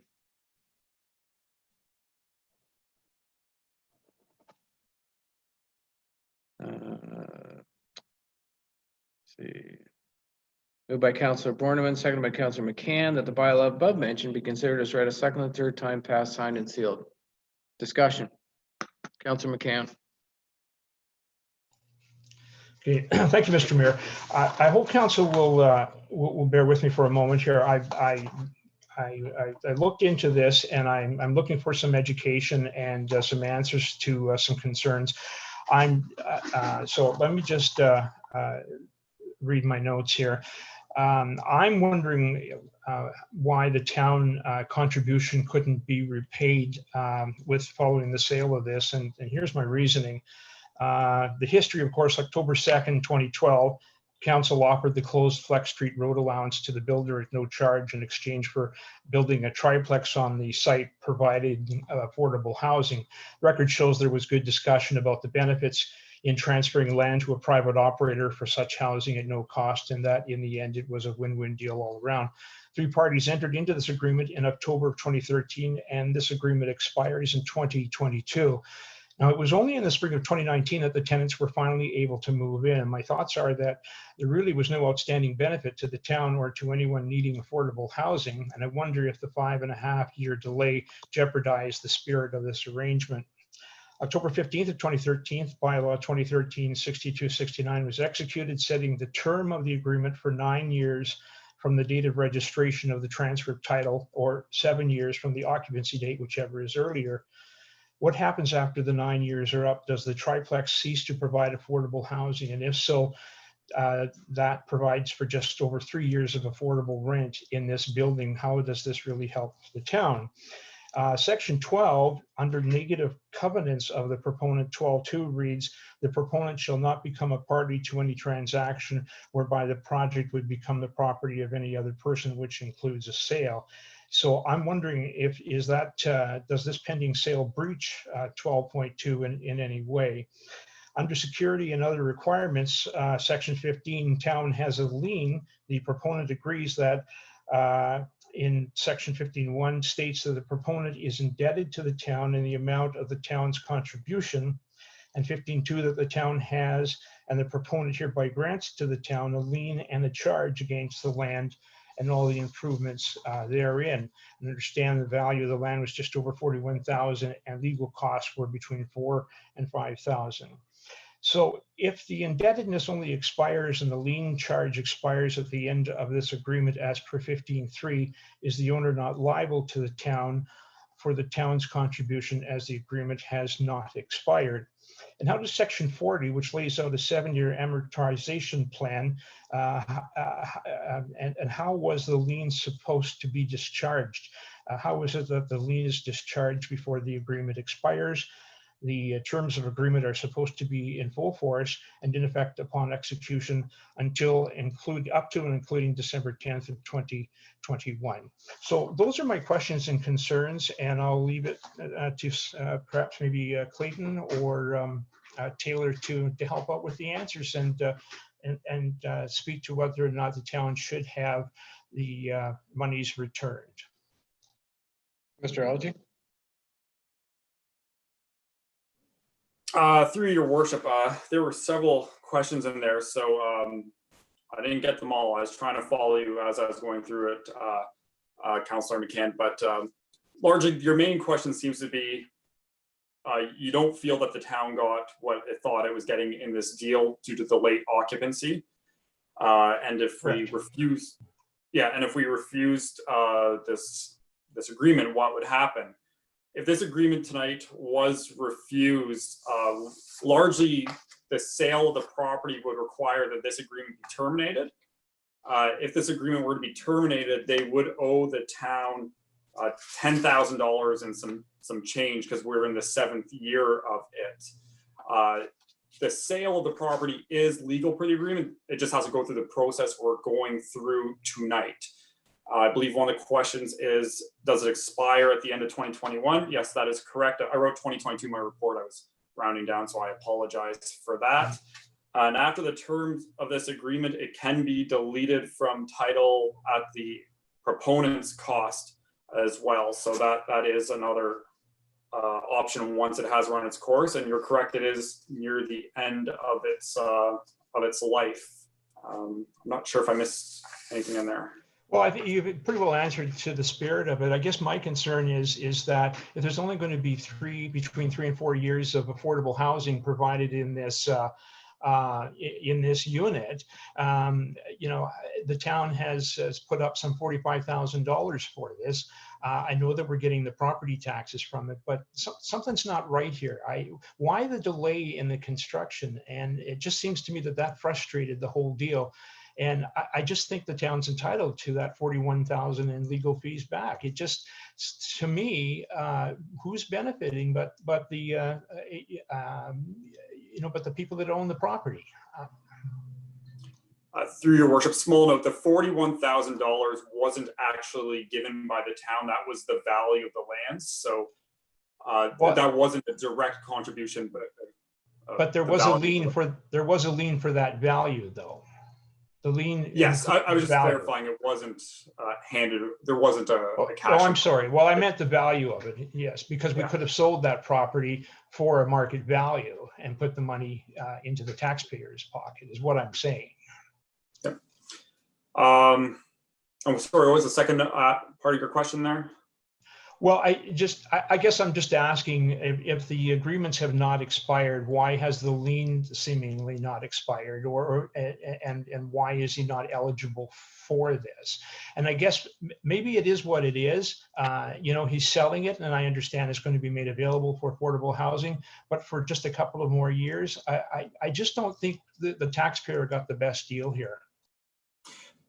So sorry, through your worship.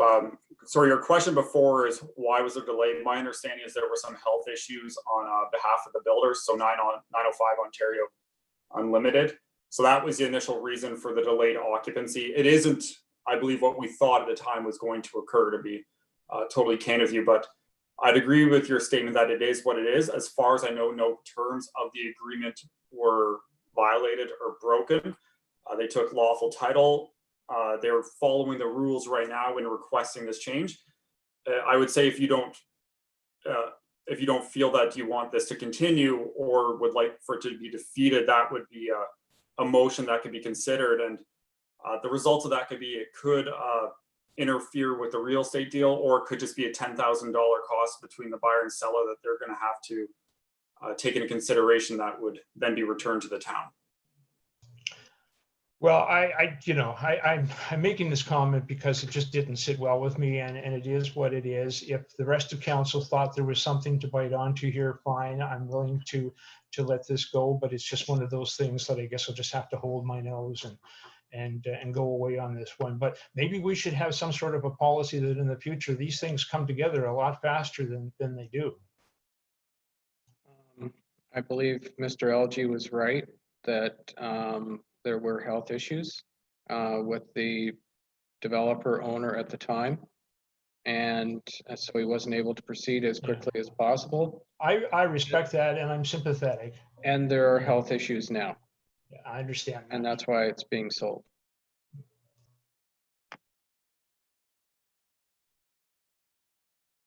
Anything further? No? Anyone opposed to the bylaw? We got one. I will speak against it. I won't support this. Okay. Anyone else opposed to it? No, it's carried then.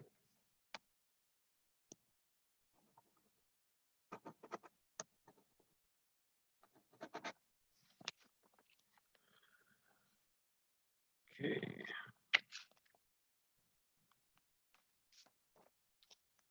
Moved by Councillor Keith, second by Councillor Horn, that bylaw number 2020-7055, being a bylaw to authorize the execution of a development charges DC deferral agreement with Marudi Parry Sound Incorporated, Best Western, be considered as read a first time. All in favor?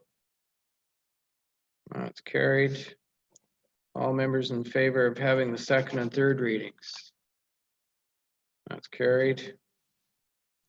Moved by Councillor Backman, second by Councillor Horn, that the bylaw above mentioned be considered as read a second and third time, passed, signed, and sealed. Discussion. Councillor Borneman? I'm not sure if you want to have this discussion now or subsequent to voting on the matter that's before us. My comment is with respect to forming an ad hoc committee. If we're going to have development charges, let's research it and implement it. I don't think that doing it piecemeal midway through projects like this is fair to anyone, and I think it in some ways puts the town in a poor light. Yet I fully understand what staff are thinking and the necessity for some assistance with the infrastructure upgrades that are required as we go forward. So we can have the conversation now or after we vote on the bylaw that's in front of us. Well, I think we should have a conversation maybe after the bylaw with regard to development charges. You know, whether we would support this bylaw or whether we implement something beyond this bylaw, but we are, you know, it was a few years ago that we asked staff to take a look at development charges, and it'd be interesting to know where we're at right now. I think we need to have that general discussion at some point in the very near future. But I think we need to do that, and we need to concentrate on this particular item right at the moment. Councillor Horn. Thank you. I don't know if this is the appropriate spot, but we did hear about Mr. Jackson's request to reduce the $75,000 development charge to $50,000. So is that appropriate discussion here, or do you want to wait?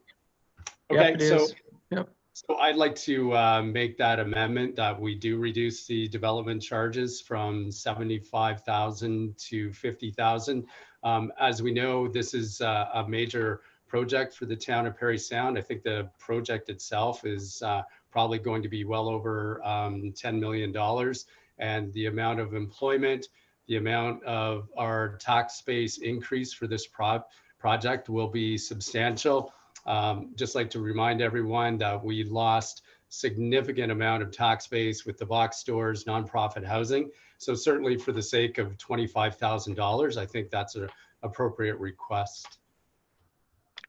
Are you seconding that, Councillor Borneman? Okay. Okay, so do I have, okay, so we have an amendment. Who wants to speak to the amendment? Councillor McCann. Okay, so we're speaking then to accepting the $50,000 offer then, is that? Yeah. Okay, so I agree with Councillor Horn. I think that's a good idea. They didn't have to offer that. This will mean a lot to the town. And as Councillor Borneman had mentioned, yeah, we do need to establish some policies about where we go in the future so we have some continuity with our developers and consistency. But I certainly support this, and I think we're very fortunate that that the $50,000 has been offered, all things considered. Okay. Now, my understanding with the agreement here is that with regard to the 50,000, okay, is that this would be paid up sooner. The developer is looking for 50,000 spread over 10 years. Yeah, through you, Mr. Mayor, Mr. Jackson didn't mention that, I don't believe, this morning or earlier in his deputation, but the town position is that we need to undertake this work in very short order, whether that's next year, but very short order, to make sure there's the capacity for the hotel and other development. And because the town would be incurring those costs in the very near term, what we had suggested is that the amount is paid when they take out their building permit. That's typically when those payments are made. When works are not going to happen for a few years, then you can delay the collection. Just for the benefit of members of council, we did put as an alternative in the staff report, if you read that section near the last part of the report, that maybe 50,000 plus 5,000 for legals and professional fees, because we did incur some cost to figure out how we allow the hotel to move forward when there's a capacity issue, not get the municipality in trouble with the MOE, and recognizing that we don't have a DC in place now. So we had suggested an alternative for council to consider would be 50,000 plus 5,000 legal professional fees paid at building permit stage, which is different than what Mr. Jackson said the client was prepared to offer, but just want to make sure that's in council's mind when you're deliberating. Councilor McCann? Well, I hear what Mr. Harris is saying. We don't want to jeopardize this development again. They didn't have to offer anything. Is it possible that we could dip into reserves to do this until such a time that the amount is paid back? I'm okay with asking for legal fees, certainly, but I guess my question is, can we dip into the reserves to do this? The total, it's unclear what the total costs are going to be, but we would certainly have to be borrowing monies, whether we borrow from ourselves from reserves, or whether we borrow from the Infrastructure Ontario, but we'll have to be borrowing the money to do this work. Certainly all the cost of this work wasn't to be borne by the hotel, wasn't even to be borne by future development entirely. There would be a portion that, let's call it, benefits existing ratepayers that are serviced by that system. So as a follow-up then, so it sounds like we'd have to borrow some money, because even the 50,000 is not going to cover it. Oh, no, absolutely. We're talking could be well in excess of $1 million. Okay. Yeah.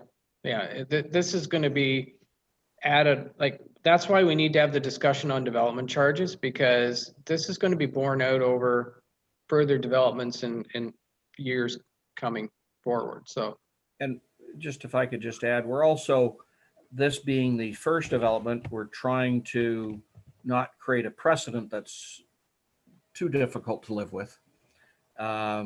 So if everybody pays back over 10 years, then it's difficult to enforce collection. Who knows who owns what property, and things get sold and it becomes messier. So that's why we were suggesting a building permit.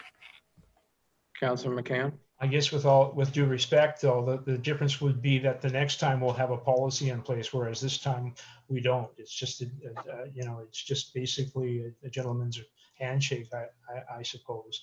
I wouldn't like to jeopardize this, and I don't know if they want it that badly, that $50,000 is going to be enough to say they'll walk away from it and sell the property to someone else. I'm scared that we're going to scare them away. They've offered up 50,000, so yeah. Councillor Backman. I just wanted clarity on the time frame that we're talking about on the payback, please. Nobody's suggested anything different than what's in the bylaw. Thank you. So, the amendment, any opposed to the amendment? Well, just could I ask, the bylaw says 50,000 up front. Is that what we're voting on? Bylaw, Mr. Harris, is that building permit?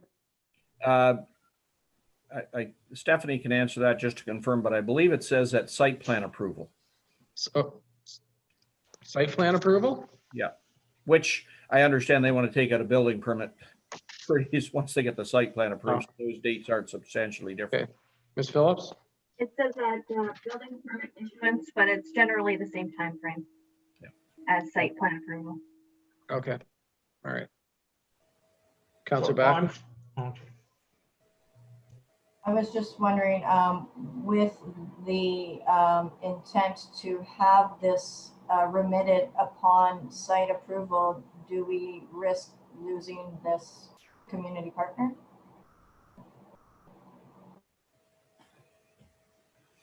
I don't know. It's council's decision as to what they want to do to move forward. If you want to add that it's not at that time, it's spread over 5 years, 10 years, we need to know now. We've pretty much agreed on $50,000. Okay. What do you want to do with that? Councillor Keith. I would say the 50,000 is site approval. They knew prior to this evening that what was being recommended was 75,000. They offered up 50,000. This is like in any sort of deal. There's a counter offer. I think the 50,000 at site approval time is a fair offer, and I think that's what council should support. We are a corporation. We are a business in ourselves that we are trying to run. And it's the taxpayers that also, all the rest of the taxpayers that are paying and contributing for our business, our corporation to exist. Thank you. Councillor Borneman. Well, I'm going to offer up I appreciate where Councillor Keith is coming from, but the documentation that's in the package says that they were assured that there would be no development charges. I have no idea, but I suspect that they've probably invested, well in excess of $500,000 in site plan development, design, and engineering to date. I kind of think that in some ways we're lucky that we're not being sued. So the difference between 50,000 and 75 is neither here nor there. I think it's the duration. And we all know that with a project of this size, that the cash crunch is up front because you got money going out the door and nothing coming in. So why don't we, split the difference and make this over a 2-year period, 2 years from the date of occupancy being issued. That way they've at least got some revenue coming back. Seconder for that, Councillor McCann. Okay. I would second that. Okay, any discussion on 2 years? No? Anyone opposed to 2 years? No? Okay. Any other amendments? No? All right. Anyone opposed to the bylaw as amended? No? Okay, that's carried then.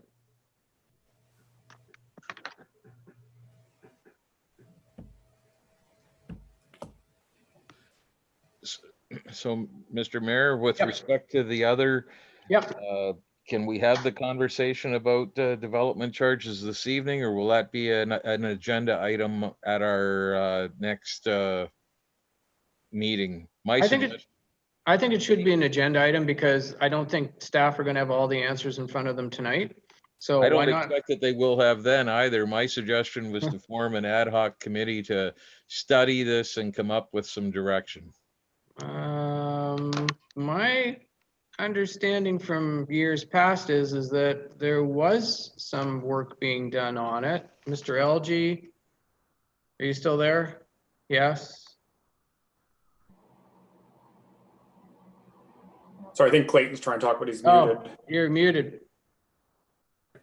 Through the mayor. Yeah, there were monies council approved in the budget to undertake a DC study. The province announced, and this is all sort of pre-COVID, the province announced that it was going to be amending the DC legislation.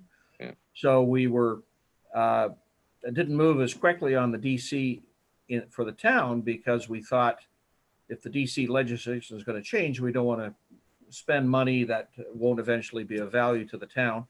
Through our discussions on the hotel project and a special area charge, we had a conversation with Watson. They did the water rate study. They're one of the two leading firms in DC work, and they think now that the province has kind of settled down and where they're going to go with DC, any changes, that we would be okay to proceed on primarily with hard services, hards being water, sewer, roads, and infrastructure for DC. Yeah, I think you'll find that, yeah, very, very soon, everything will be released on development charges and the CBCs. Yeah. And I think that was where there needed to be clarity. You know, what was going to be in the CBCs, community benefit charges and development charges. So, yeah, I think we should be proceeding with that study then. So, Councillor Borneman, I think we need to have that study done, which council approved to do. Right? Absolutely. Okay, so let's get that done and let's bring that back to council at the earliest convenience. Okay. Okay. All right. Council's good with that? Head shakes?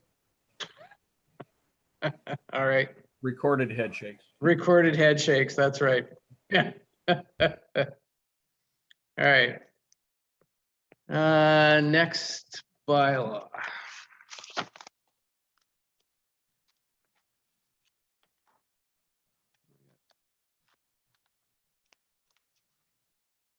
Okay.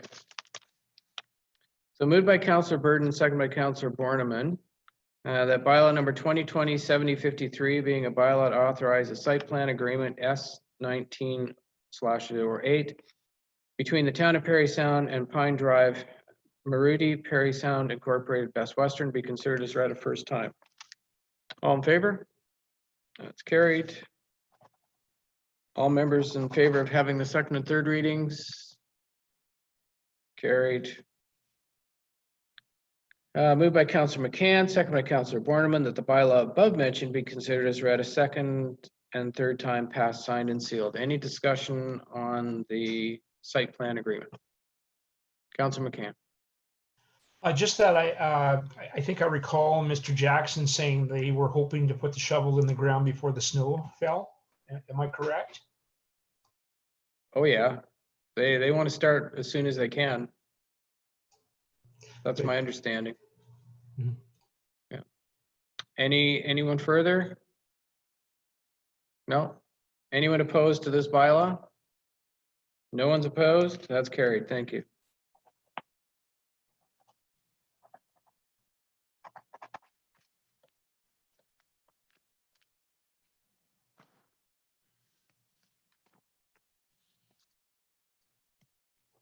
Moved by Councillor Keith, second by Councillor Horn, that bylaw number 2020-7054 being a bylaw to amend bylaw 2004-4653, the zoning bylaw as amended to remove a holding provision, Maruti Parry Sound Incorporated, Best Western Plus, Pine Drive, because considered as read a first time. All in favor?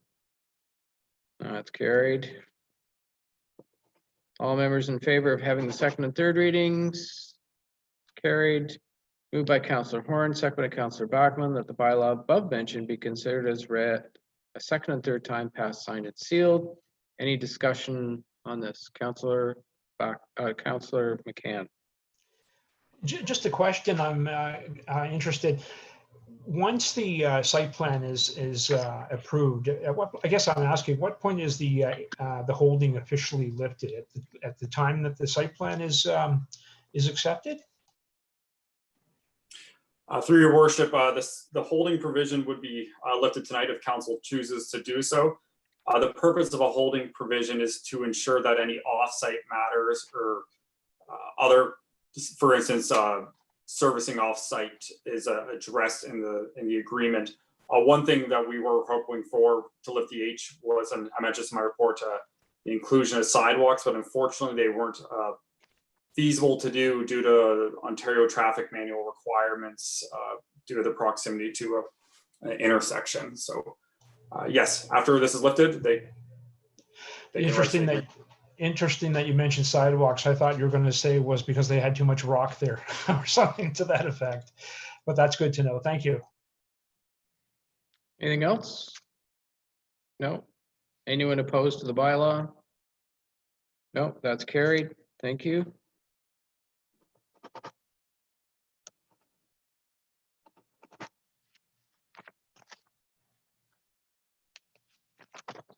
Okay, moved by Councillor Horn, second by Councillor Keith, that bylaw number 2020-7056, being a bylaw to confirm the proceedings of council, be considered as read a first time. All in favor? That's carried. All members in favor of having the second and third readings? That's carried. Moved by Councillor Borneman, second by Councillor McCann, that the bylaw above mentioned be considered as read a second and third time, passed, signed, and sealed. All in favor? That's carried.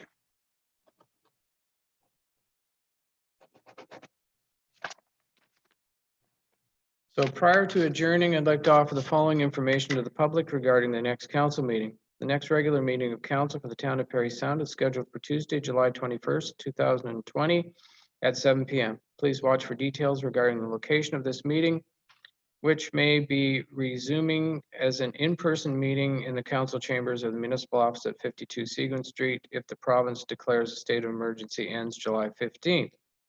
If declared state of emergency is extended, this meeting will be held via Zoom video conferencing. In either case, this meeting will be live streamed and recorded. All regular council meetings are held at 7 p.m. on the first and third Tuesday of each month, except January and August, where only one regular meeting is scheduled. The council meeting schedule, notices of special meetings, complete agendas and minutes, and instructions on accessing live streamed and recorded council meetings are all posted on the town's website. Go to www.parrysound.ca under news and public notices. Your TV airs council meetings on Saturday at 9:30 a.m. following a regular council meeting. For Cogeco listings, contact www.yourtv.tv. Thank you, everyone, and have a great night. And I see Councillor Horn has a couple with him there to say good night. Good night, everyone. Good night, everybody. Thank you.